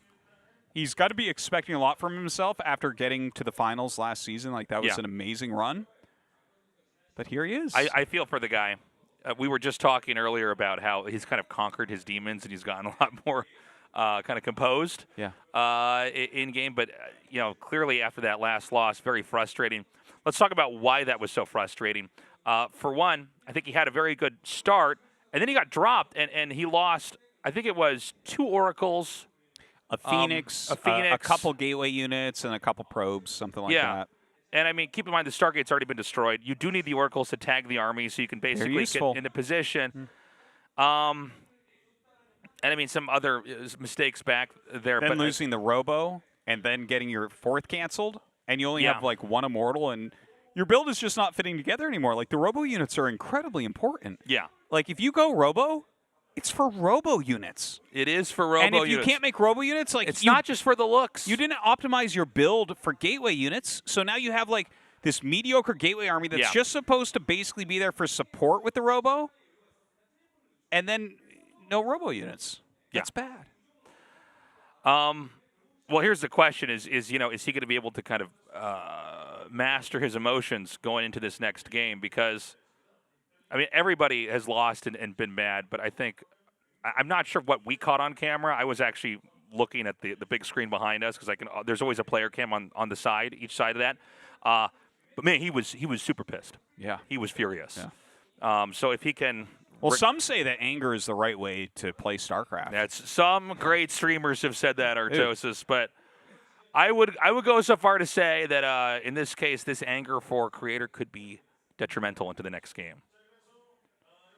I find that nothing really drives you quite like anger, to be honest. It's like a great motivational tool to just hate everything and just want to destroy that sounds your healthy. opponent. That sounds good. Yeah. So I'm on board with Creator. I think he's going to come back in 2-0 Bunny with this anger. Yeah, he just gets so angry he plays perfectly.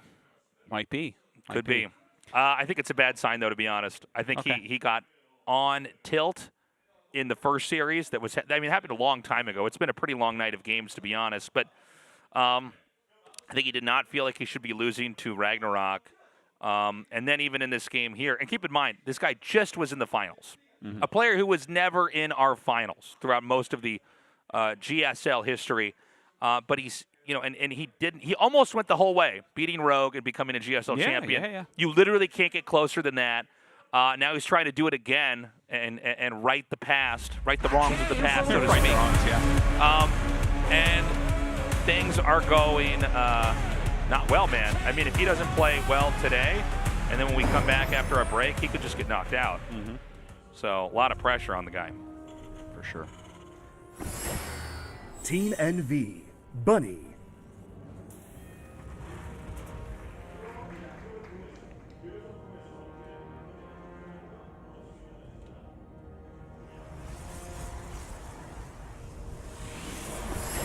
Team NV, Creator.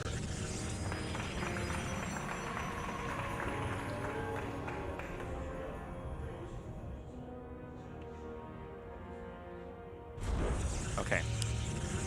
Pylon coming down here. Okay, so it looks like this is going to be a 2-gate pressure. Yeah. So 1 gate already making in the main. Another one going to be up here at 12 o'clock. Very cool.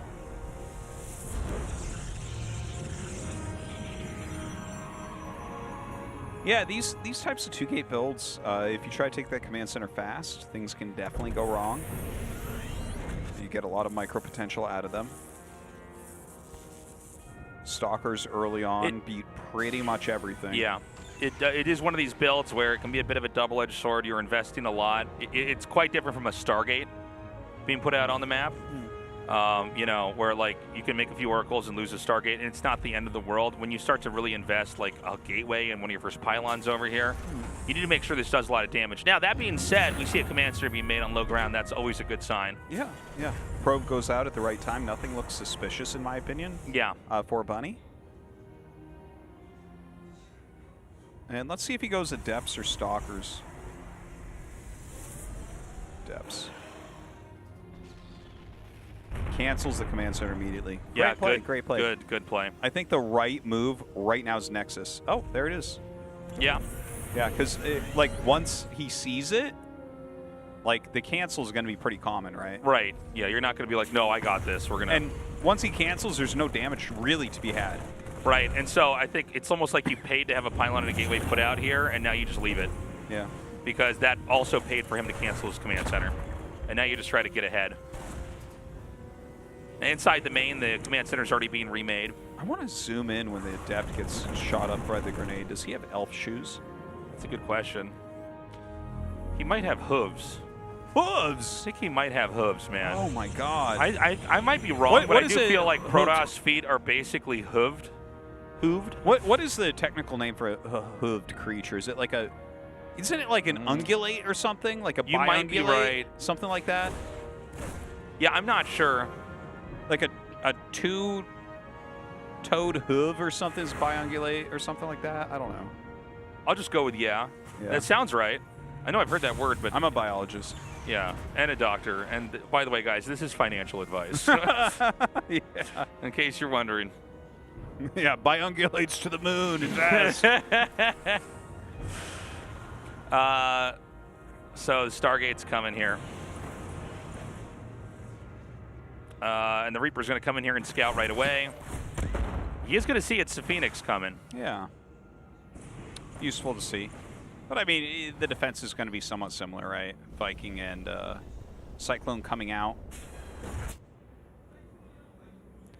So, do you think this is going to be, like, a Phoenix into Robo or Phoenix into Twilight? I mean, it's either got to be Colossus with the Phoenixes or it's got to be Charge or Glaives. Glaives maybe being Phoenix really into old. into Robo. I think so. Robo seems a bit stronger, but I feel like he should have made it about now. Okay, there it is. Yeah. So it is going to be Phoenix into Robo here. Probably getting some Colossi out here. Yeah, 100%. I think there's like literally not even another play. Like, you just die to everything if you don't make the Colossus. Your opponent makes things and sends them, and you're like, oh no. Oh dear. Are those Marines? Oh, phooey. I didn't know you weren't going to go Marines.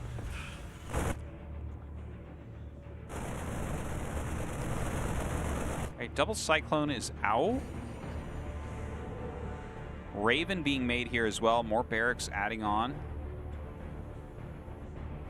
Yeah, both sides 2-base powering right now. Nobody's shown any signal of trying to get a third base just yet. Yeah, I think we'll see a third command center start relatively soon here.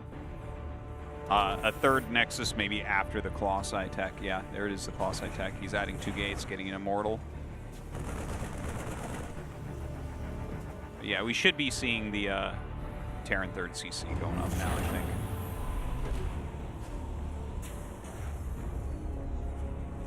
So, yeah, we're finally going to have that third come here. Immortals first, probably 1 to 2, and then we're going to have the Colossi tech come. Keep in mind, Stim is far, far away from finishing, so Terran's not going to be able to do very much for a while. Yeah, just like the normal ebb and flow of a PvT, the Protoss expands slightly quicker than the Terran. Yeah, no huge rush here. Just kind of getting all of his production and upgrades going. There's that first Colossus coming. The Terran has not made another command center, so I mean, we could be seeing an attack coming in here. I mean, already with Widow Mines, you know, Medivacs are coming out here as well. You know, the Raven itself, I think, could point towards the fact that he wants to attack, because you're going to be very low on Colossi. They're so key here. If you actually can get the Raven across the map not getting picked off, and disable a Colossi, like, you will kill whatever is there. Yeah. The Colossi are so important here. Seems like that is what he's going to do. Stim +1 combat shields all lined up, finishing together. But it's all about keeping the Raven alive, man. Yeah, and this is going to be one of those moments where if you can actually disable that Colossus, get the engagement right, you could just win the game outright. Keep in mind, you know, Creator, super pissed earlier, man. Yeah. You can lose this game in a matter of seconds if you miss control. Yeah, and he's actually not standing in a good position. Like, if you're playing against a Raven, you want to utilize force fields to slow the army. You also sometimes want to come out and try to start a fight with him and then run away, basically. Exactly. Yeah. You can use the force fields to help yourself retreat, and then maybe they wasted everything. Oh! Dude. He's going to get the kill, and now he's going to disable. The game's over, man. Dude, that's Creator is... He's dead. Dead, man. Wild. What? Wow. I mean, great job by Bunny. Yeah, no, I mean, Bunny, you know, pretty masterfully engaged here. Yeah. Does disables again. He did not see the Raven. The Raven was very well hidden, and that's it. And Creator just threw his headset super hard in the table there. Yeah. Wow. Now, again, guys, he's not eliminated yet. Yeah. Okay. Feels like he is. But he's not. He's doing very poorly in the group, unfortunately. Yeah. He is doing the worst in the group so far.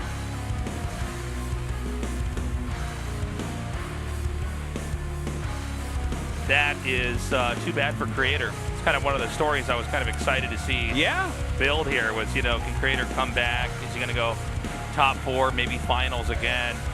I'll tell you, man, especially that last game that we saw, that was rough. That was rough. Yeah, he just didn't realize what was coming for him, he didn't get ready for it. All right, guys, we're going to go to a break. We will be right back.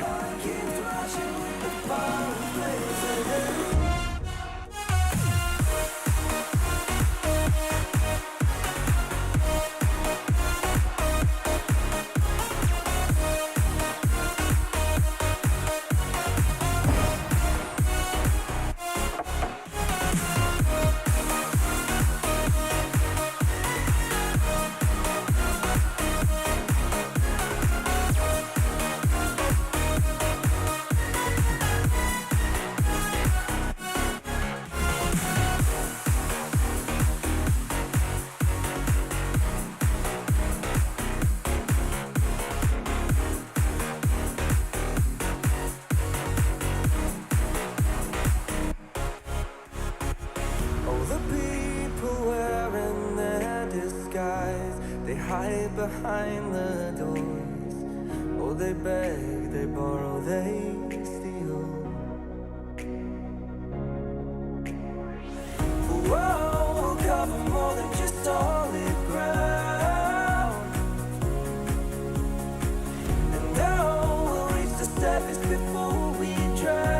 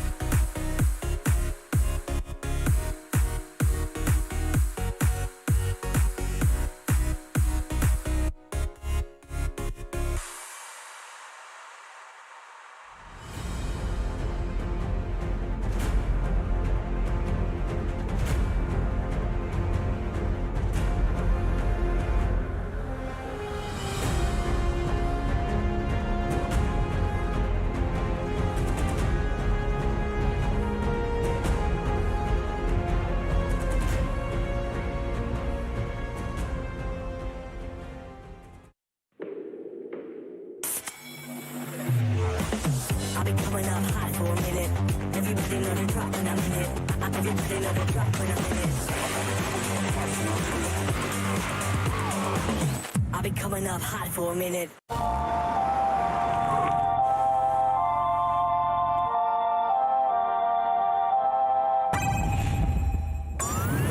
상큼함 맥스, 칼로리 X, 맛있는 탐 제로.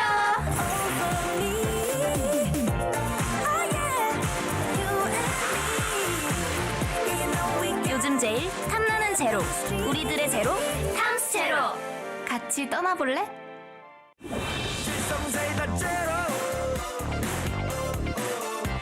그래 걱정 빼고 고민 빼고 망설임 빼고 This is zero life.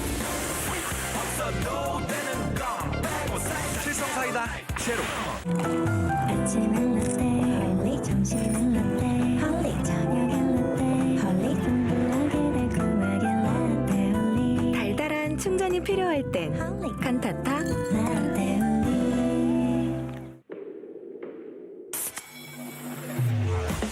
I'll be coming up hot for a minute.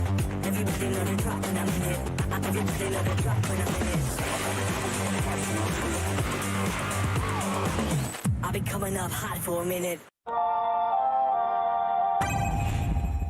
상큼함 맥스, 칼로리 X, 맛있는 탐 제로. 요즘 제일 탐나는 제로 탐스 제로. 같이 떠나볼래? 실성사이다 제로.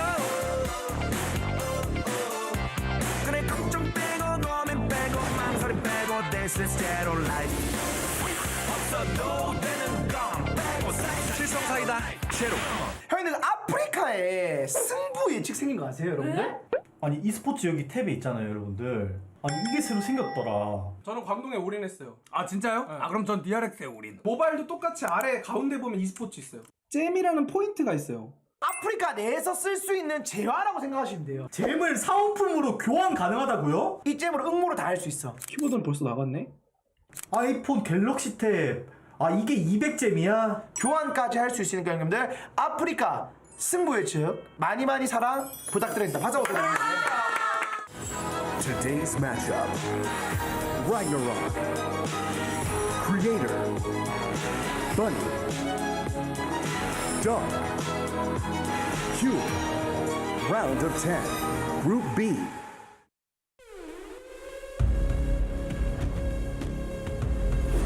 Africa TV, Freak Up Studio, live. 2022 GSL Season 2. Welcome back, everybody. We're going to go into our final match of the evening. Crazy series of events here today. You know, I thought that Creator might lose one of these games, but overall was going to have stronger results. It has been a rough day for him, and it's weird because he started out looking pretty strong in that first game against RagnaroK. Yeah. Feels like it was a long time ago, right? Yeah. But you know, going for the Oracles, and then having some great control play with Stalkers and kind of showing us that new hero-esque revolutionary style. Right after that, everything just went wrong every single game. Yeah, that's very true. Lost 4 games in a row. Yeah, not doing so well. -3, bottom of the standings right now. Right.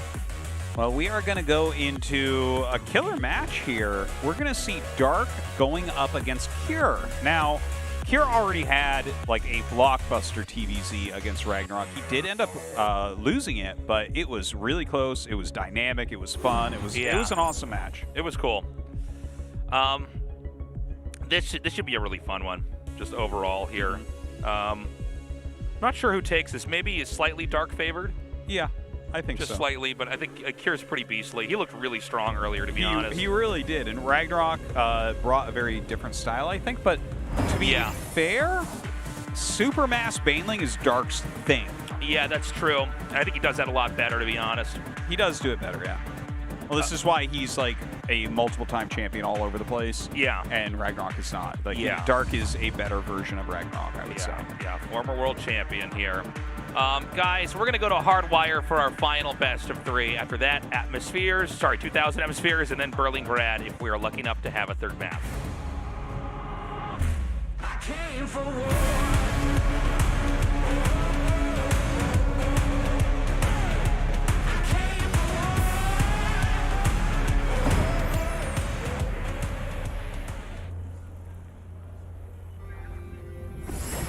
Dragon Phoenix Gaming, Dark.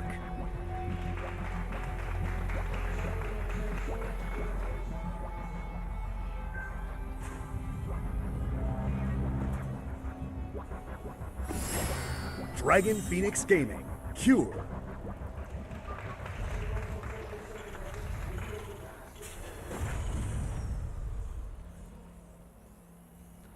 Okay.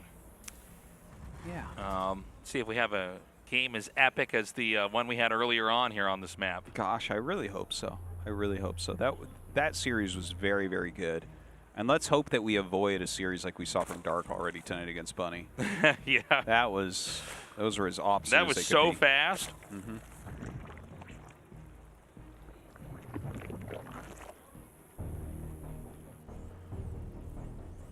Okay. Everything looking pretty standard as far as openers. Yeah, nothing crazy happening just yet. All right.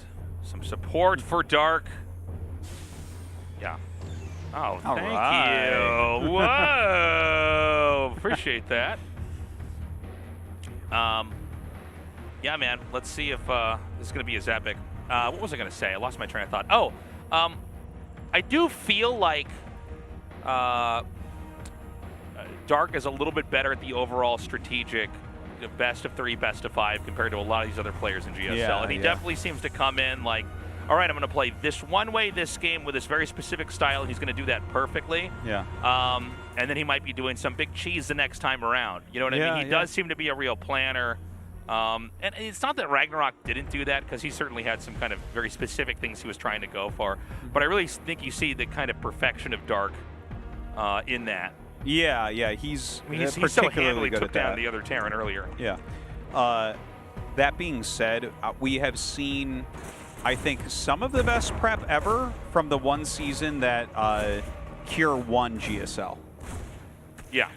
Where he played, like, what was it, 4 of the world's best Protoss or something? Yeah. And, like, dismantled them with so many different strategies. It was crazy. Yeah. So, like, he definitely has that within him too, but we haven't seen it nearly as much as we have from Dark. So, yeah, I mean, this game's going to take a little bit of time to develop. It seems like TVC can be kind of slow at the start if people aren't doing anything really drastic. For sure. And it does seem like both races have real opportunities in macro games to kind of build up. Yeah, and this is just the pretty standard, Reactor, Hellion, third CC into Starport play. Very, very normal stuff from Pure. Nothing out of the ordinary here from Dark. Excellent grenade, slowing him down just slightly. But, nothing very impactful so far. So, yeah, it's going to be another one of these macro games here. Interesting, we haven't had any real Ling Bane Muta here today. That's true. Think about it. Yeah. Maybe maybe we're like behind on this part of the meta or something, and there's Dark won his matches too quick, and then RagnaroK definitely had different plans.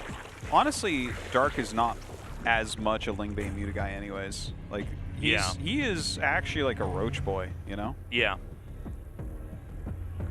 Yeah, he always has been a bit more of a Roach guy. Oh yeah. He loves Ravagers. Makes it work, though. Loves Roaches, yeah.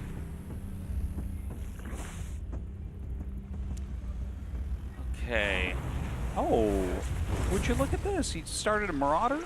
Okay, and cancel Marauder, then restarted it with Concussive, yeah. Yeah.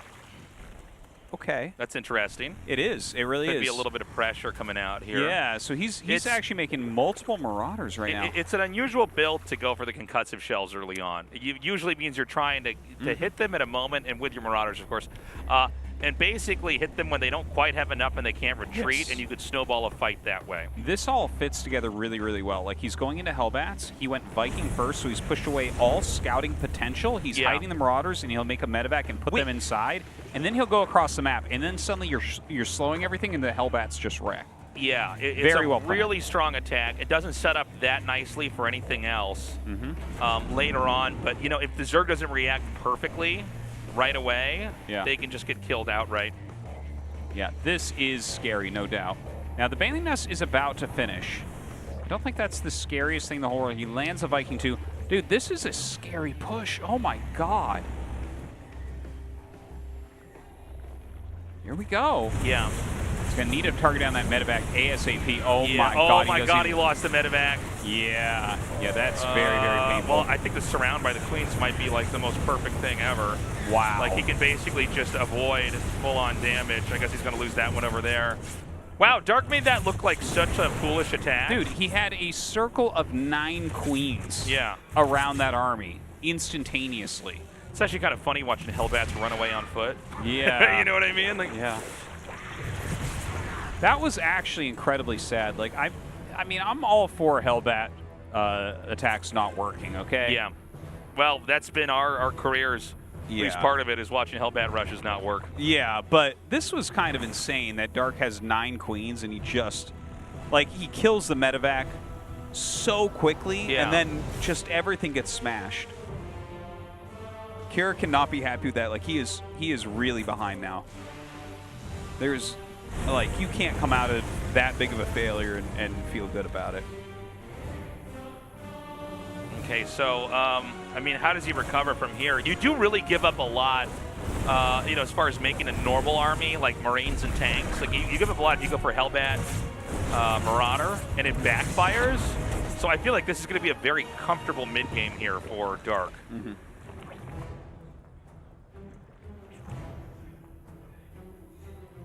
A bunch of Raxes going down right now. 1-1 on both sides. Look at Dark grow, man. Yeah. It's kind of crazy. He's getting his Infestation Pit as well. Like, that is really quick compared to what we were watching earlier today from RagnaroK. Look at this. This Liberator thinks it can do something. You kidding me? Look at that Spore getting ready. These Queens coming over. They're back! Remember us? Yeah. Hope there's not 9 Queens here. Well, I will say I think it was kind of wild how much Dark expanded. I don't know if he was ever going to be able to get away with this. I mean, this is a sign of a good player when you just kind of grow out on the map quite a bit. Yeah. But yeah, he'll get away with this as well, no problem. This creep spread really starting to get out there. Hive is halfway done. I was halfway done when we don't have 1-1 for Cure yet. That's pretty impressive. It's interesting, by the way, that he went melee quicker than Carapace. You don't see that very often. Yeah. Not in this matchup, at least. Against Protoss, absolutely. Against Terran, not so much. So, I mean, upgrades are about to finish up here. Terran's trying to do what he can with what he's got. You know what I mean? It's not that much. You got a 3-base Terran versus a 1, 2, 3, 4, 5, 6-base Zerg right now. Not mining from all of them, but you get what I'm saying, right? Well, he will be shortly, I'm yeah, sure. don't worry. There'll be drones there soon. Yeah. Dark is someone that will go to 100 drones. He has no issue with that. He's happy to do it. In fact, he threw up 2 macro hatches in his main base, so like, if you thought RagnaroK made a lot of banelings, you just wait a moment. Like, Dark is going to put that to shame. He watched RagnaroK's games, and he's like, that's not enough banelings. Dude, it's going to be brutal, man. Dude, for a second, when I saw these lings at the upper left, I'm like, oh my god, he's taking 7th base. Oh my god. It almost looked like a hat trick for a second, that little mark. All right, so the 4th base is landed. By the way, Dark already maxed out.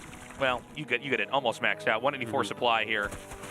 Can Terran actually survive this? I'm not sure, man.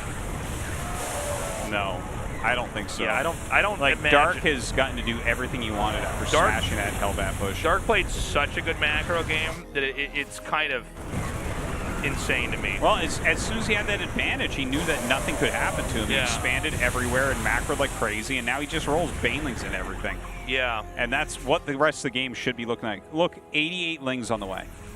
Wow. Adrenal, 2-2. He's getting 2 Vipers probably because he like, that's a good unit. So he's like, yeah, I guess I should cool. get that. Yeah. Like, I mean, what are they even going to do? Yeah. Parasitic Bomb is the only thing I can think of.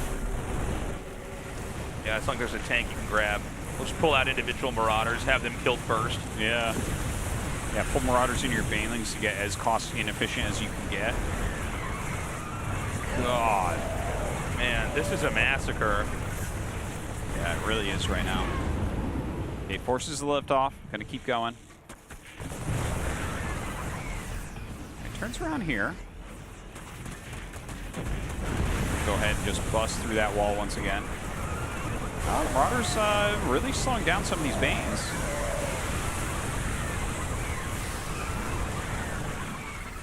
Yeah. Now, again, Terran isn't dead. It's going to be hard to imagine him lasting much longer, but let's see what he can do. Sometimes we have these games where these Terrans just really do amazing stuff as far as hanging on goes. Yeah. Well, Dark right now is on 92 workers spread across those 6 bases. He's got Adrenal. He's got 2-2. So many banelings are being made. Yeah. Like, he's getting all his other tech ready as well. What? Oh, okay. Wow, 10 kills on that. The Not bad. banelings just got suicidal. Just like, rah! Explode. All right, well, he's going to come in again. This is maxed out. Here we go. Parasitic bombs. You called it Artosis. Yeah, huge mine hit there, but none of it really matters. When Dark hits this level, it's pretty crazy. Beautiful pull there as well. Yeah, there it is. GG. Okay. That was Close brutal. it out. So that was all one little attack that then got shut down, and then the rest of the game was history, man. and that is a scary attack, and he hit it well and everything, and Dark with his 9 queens just smashes it and roll. Like, there was no chance after that. He just made mass hatches and got everything that he needed, and Cure was like, he was so helpless. Yeah. It's funny, too, because, like, I guess what went wrong in that first attack? I guess the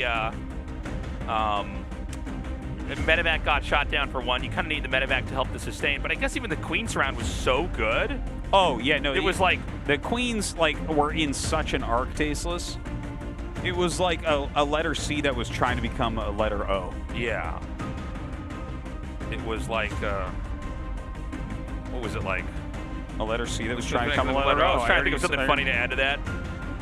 But I had nothing, Artos. Yeah. I had nothing. Nice. I was trying to be a croissant, but it was let me actually a donut. All right, guys, 2,000 atmospheres for map 2. Good luck to Cure. I came for war.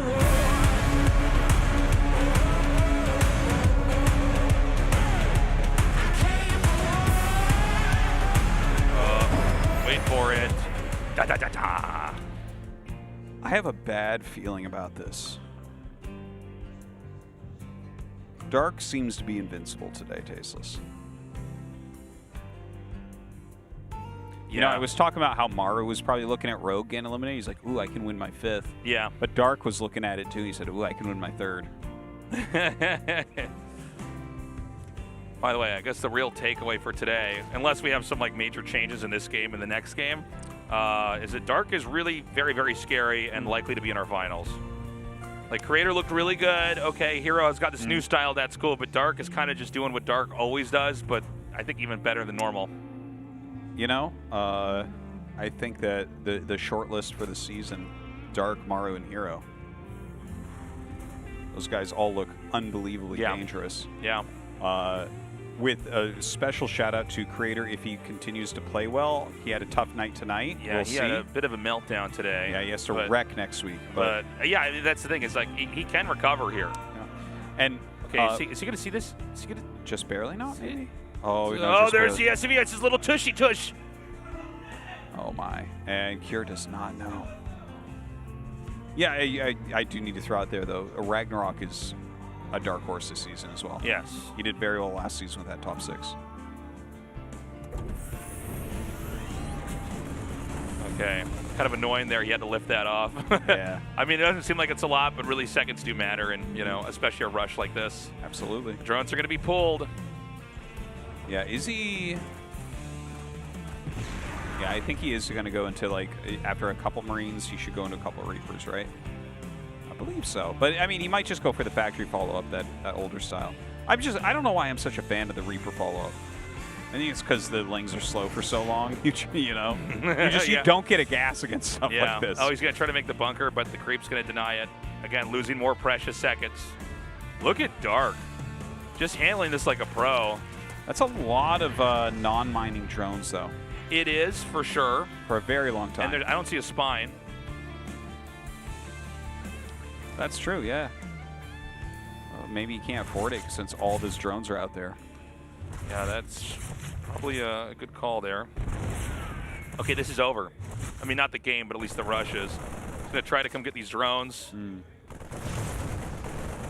And, I mean, Dark really hold on, could not be better. Oh, Artosis, this is done, dude. That's an orange queen and a yellow queen. I don't see any green queens, Tasteless. No, but there's one making. There's going to be a green queen coming out. Oh, jeez, yeah. I almost said a green queen. Nice control again. Okay, he does lose one. Maybe I spoke too soon. Look at the amount of drones going down as well. Yeah. You do normally make a spine against this stuff. Yeah. And he is paying for not doing that. Yeah, that's a lot of 7 drone kills? All right, I thought this was going to be over, but honestly, I'm kind of blown away by how much damage was done there. Space Marines, my man. Space Marines, dude. Marins. There's my Reapers. There they are. Keeping the pressure at the front, you jump those into the main base, you can get some more drone kills. So, I mean, Zerg has caught up. That can be a little bit deceptive when you see them catch back up in workers. I mean, they're still behind big picture because Terran is, you know, further along in development. Kind of surprised we didn't have the spine there. Yeah, it seemed a little bit greedy. The spine, well, yeah, I think that's exactly what it was. I think Dark thought, okay, I'm actually just going to get so ahead here. I'm going to crush you so badly. Yeah.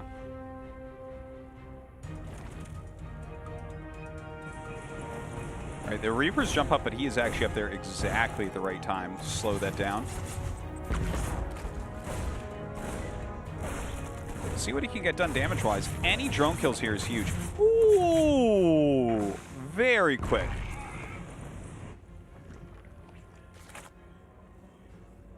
Okay, so more barracks, or I guess these barracks are going to be relocated back down here. Not going with the Maru scout, by the way. Maru usually used to take one of those barracks and kind of float them over. Yeah, that was pretty common. I think it specifically. I guess if you have a Reaper, yeah, that's what it is. Yeah.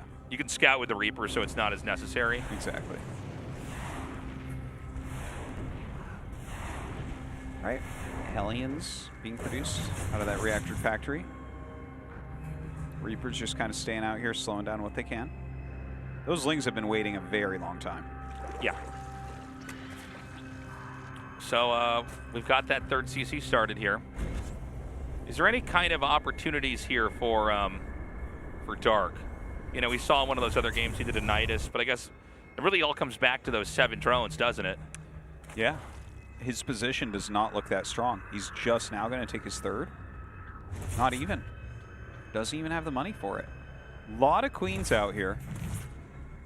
Honestly, with this third command center making for Cure, yeah, he looks very good right now. He's barely behind in workers. If Cure was going to win against Dark here, it would be at a game that starts like this, you know? Right.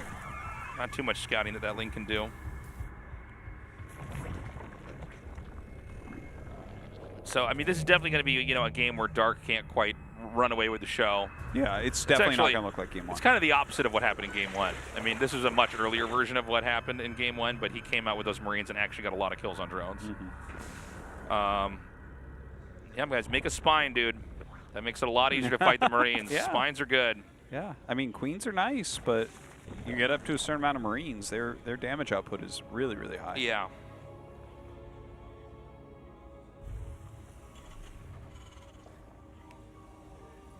All right, some more Lings being made. Carapace is on the way. Tank here for Cure.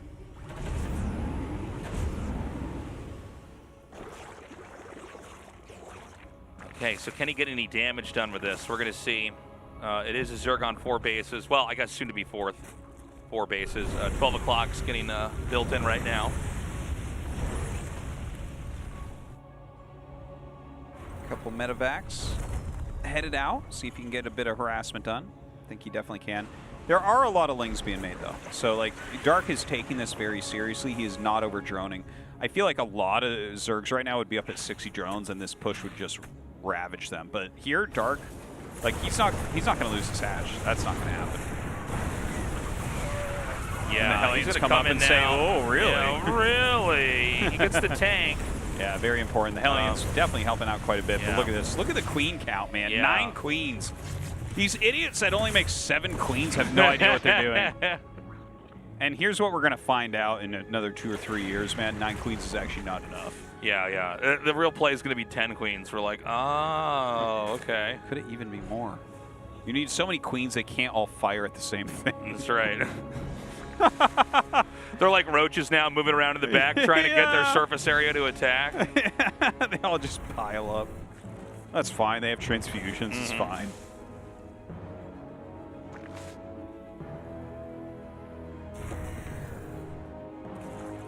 Okay. He's going to come up here now. And, I mean, let's see what this can do. I kind of thought for a little bit when we saw that first attack come in that, you know, Dark might end up falling apart, but he's kind of very good at recovering. He sent these Lings over here to basically catch reinforcements. Good reaction there by Cure, by the way. Man. Yeah, really important that he does not get surrounded right there. Yeah. Those are keeping him basically harassment free. Yeah. 22 more Lings hatching. The Baneling's nest is almost done. But right now, it's just him trying to hold on with just queens and Lings. Yeah, actually, we That's just saw crazy. The Hellions just turned to Hellbats. Imagine if he had all Hellbats up here. That's a good point. He probably would have won the fight. Yeah, whoa, if those here are we up there right now, like, what do you do with these Lings? They're just going to get smashed until the 9 queens surround everything. That's right. All right, Medevac's really down good in surround. Oh, man, good targeting there on the Medevacs, too, with the queens. Oh, my God, the Hellbats running back here. Yeah, but a bit overextension there from Dark. He's going to back up.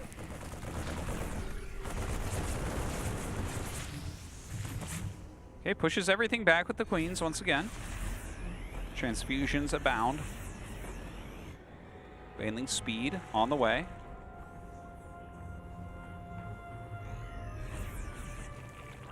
Okay. Again, Cure's been pretty good. Excuse me, I can't talk today. Cure has been pretty good about this. Just like having enough of his army in the back. I think it's actually subtle, but I really like this.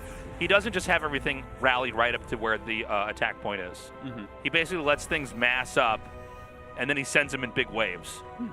So that way he can't get hit in the middle or get cut off or anything like that, and counterattacks can't punish him. Yeah, it's no, really I good. like that. Yeah, you do have to be careful because someone like Dark is going to be able to catch those, right? Yeah. Mass him up, then send him. Looking very good. All right, he's going to go hug these rocks over here. And this is going to be a tough angle to try to come into for sure. Yeah, well, he does have Baneling speed now, so there is potential to come around for a flank and everything as well. So medevac drop just being annoying, taking some attention away. Oh, but Cure also losing his own attention there for a moment. A lot of damage on this hatchery. Yeah, Cure's doing it, man. He is. Fantastic kill. Dark has 4 bases, but not as big as he'd like to be right now. No, I mean, this is the beginning of basically Cure starting to win this game, if he can keep it up. Hive and Burrow on the way. But Cure just looking a bit stronger right now. This is getting rough, man. Not a lot of other places for Zerg to expand to. I guess you could try to go to the bottom right. But really, I think that top spot is where you need to fill that in, you know? 12 o'clock. Oh, yeah. Oh, you mean like as opposed to trying to expand down the bottom right? Yeah. I think so, yeah. If you're not holding 12 and you take bottom right, like it's a very clear push path for Terran, right? Yeah. Whereas if you have 12, you can actually branch out to the top left possibly, so there's like 2 areas that it feels like Terran needs to really think about.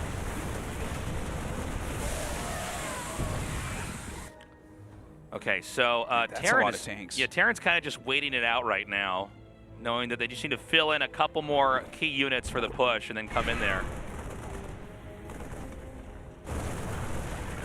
Trying to hold this watchtower. Very nice. More tanks joining the fray.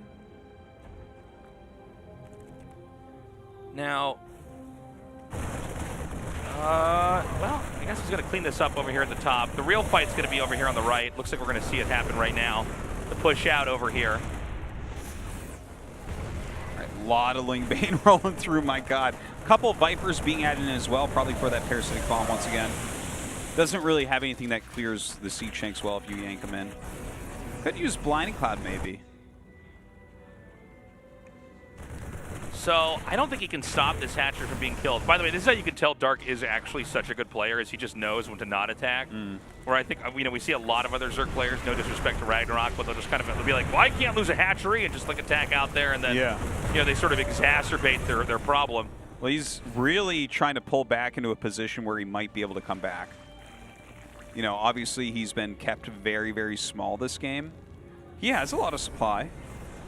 He's got a explosive army. Nice. But, you know, yeah, if he overextends trying to hold on to a base that's not going to be held, that's the worst thing you can do. Big counterattack here, but, you know, that's Cure for you. He's got a lot of infantry back here to try to defend. However, this many Banelings, not going to be easy to deal with. The Baneling's actually getting in on top of everything. All the Marauders got surrounded as well. Now, Cure trying to attack down there. Oh, my God.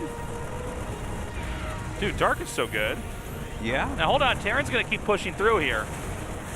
I mean, this is a lot of tanks. That's true. But it's actually not a lot of Marines, I guess. Yeah, the Marines tanks alone aren't going to cut it. I think Dark actually just won the game again. That's crazy to me.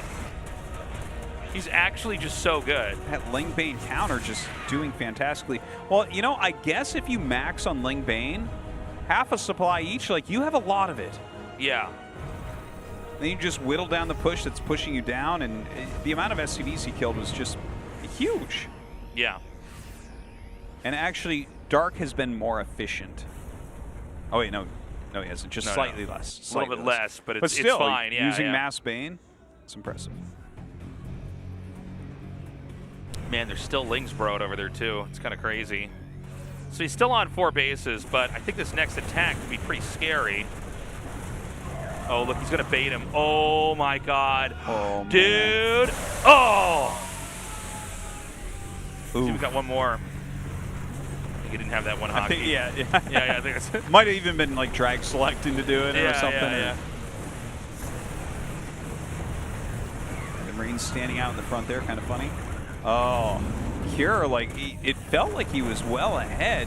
Maybe there's still some potential here. His SCV count is recovering a little bit. Oh, the parasitic bomb blows up a medevac that still has units left in it.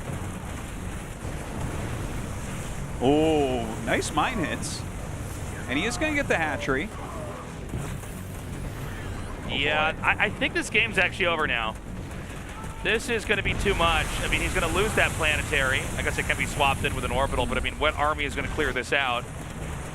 Yeah, it's getting a little bit tough. His actual standing army is getting to be so small at this point. You know, this is one of these games that almost doesn't make sense for like how good of a spot Cure was in, and then Dark fought back like twice as hard. Oh my God, that orbital could burn down. Everything's burning down right now. Everything's on fire right now.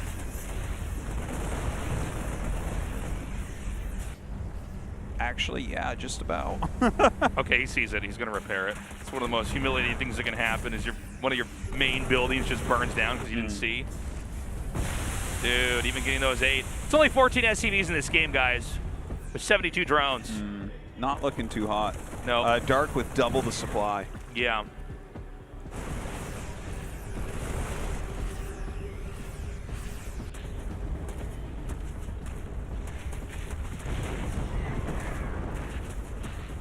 Well, even 2 Lings are doing so much. Probably just run over and burrow. He's like, yeah, go ahead and scan. Scan to get rid of 2 Lings. Yeah. So Dark right now just remassing up on Ling Bane. Yeah, I mean, there's not much else to it, right? I mean, right now, the Terran is almost dead, right? Yeah. I mean, it's all you got to do is mass up, get a lot of explosive damage. Banelings are good, man, especially when you get ahead economically. You can just basically buy your way into map fight wins. This is going to be pretty one-sided, I think. Oh my God, he even had a fungal. Dark just doing everything here. Oh, nice. Oh, man. That was pretty sick, man. Oh, my God. And the parasitic bombs as well. Dude, Dark is just dominating. Yeah, that's a painful one. Everything blowing up. That is quite a be finisher, it. man. Yeah, Dark with the 2-0, even starting out behind here. Amazingly done. Like, he just looks unbelievably just strong. A master class in ZVT. He looks like the best player out of the 10 in the tournament right now. Yeah. Okay. Well, I gotta say, Dark definitely looking like a real threat here. I think even for Cured. I mean, it's one of these moments where it's like, man, he played pretty well at the start there. I mean, that was a Marine rush that killed off, I think, 7 drones and at least 1 clean. Yeah. It definitely felt good for him, but Dark, you know, he has this special quality where he will play a lower economy Zerg. A lot of Zergs feel like, well, you know, I have to get up to a certain drone count, but he stopped on 44 and made like 1 million Lings. Yeah. And then it was like actually still a little bit iffy when the Hellions came in. He did bust the tank, he backed up, and he just held on and continued to macro, continued to play his best play that he could, like giving up hatcheries when he needed to. And then that massive counterattack and then just whittling down the army that was attacking him. Amazing. It was pretty insane, man. It's funny, too, because I think he could have held that rush a lot better, like we talked about, if he had the spine. But I guess Dark thought, okay, I can probably hold this almost perfectly and not even waste a drone on that. He paid for it. Yeah. But that kind of shows you where Dark's at. Well, like, if he can optimize that much. Yeah. It's kind of crazy, right? Yeah. So Dark absolutely crushing night. Both of our Zerg players, in fact, doing fantastically, leading everything. That's kind of crazy because Kira and Creator are like 2 of the guys I was very excited for, but they are at the bottom of these standings. Both at -3. It's crazy. Ouch. Yeah, you know, it's funny. I was thinking so much about, you know, Creator's big losses, but yeah, Kira in the same spot, huh? Yeah. Bunny, you know, good enough, I guess. But the Zergs here, you know, after we had a pretty rough showing for Group A for the Zergs, the Zergs in Group B really did deliver. Yeah. They're both looking very good, you know, going towards that next round. Of course, we are not going to have GSL next week, guys. That's right. There's a week off because of DreamHack Valencia. But we will be having, the finishing of these groups the week after. As they call it. The finishing of these We groups. will be having the finishing of the groups. Yes. I'm sorry that we have to have so much space in between for groups that we're not getting results in right away. But DreamHack's going to be a lot of fun. And yeah, once all the players get back, we'll just continue on here with GSL. Yeah, that's right. And good luck to everyone playing over there. Hope you guys enjoy that tournament. And yeah, I can't wait to see what our top 6 is actually going to look like. I guess for me, the thing I'm going to be following most closely is can Creator battle back and go like 3-0. Yeah. Well, or 2-0. I'm a little bit 2-0. worried. Sorry, what? Oh, yeah, 2-0, yeah. Well, really, he has to go 3-0 because yeah. he has to defeat himself first and get over that hump. That's right. So he has to beat himself first and then go in and beat Doesn't the other get two points opponents. for that one, but it's actually the most important victory. I'm a little bit worried that he can't. This is a really strong group. I feel like anybody can beat anybody in Group B. I think it is stronger than Group A. Yeah, and I don't know what else to say, man. It was kind of crazy seeing how upset he was earlier. He was pretty upset. Seemed to very much be in the zone after the last season. I get it. I get it, man. I mean, you pour your life into this. It's hard. But, that can be your worst enemy. Yeah. If you're on the spot like that, that's tough. So, yeah, we'll see. We'll see what happens. Well, hopefully he does well over in Spain. We'll see. That's it. That's all the time we have, guys. We'll see you not next week, but the week after that. We love you. Take care. Bye-bye.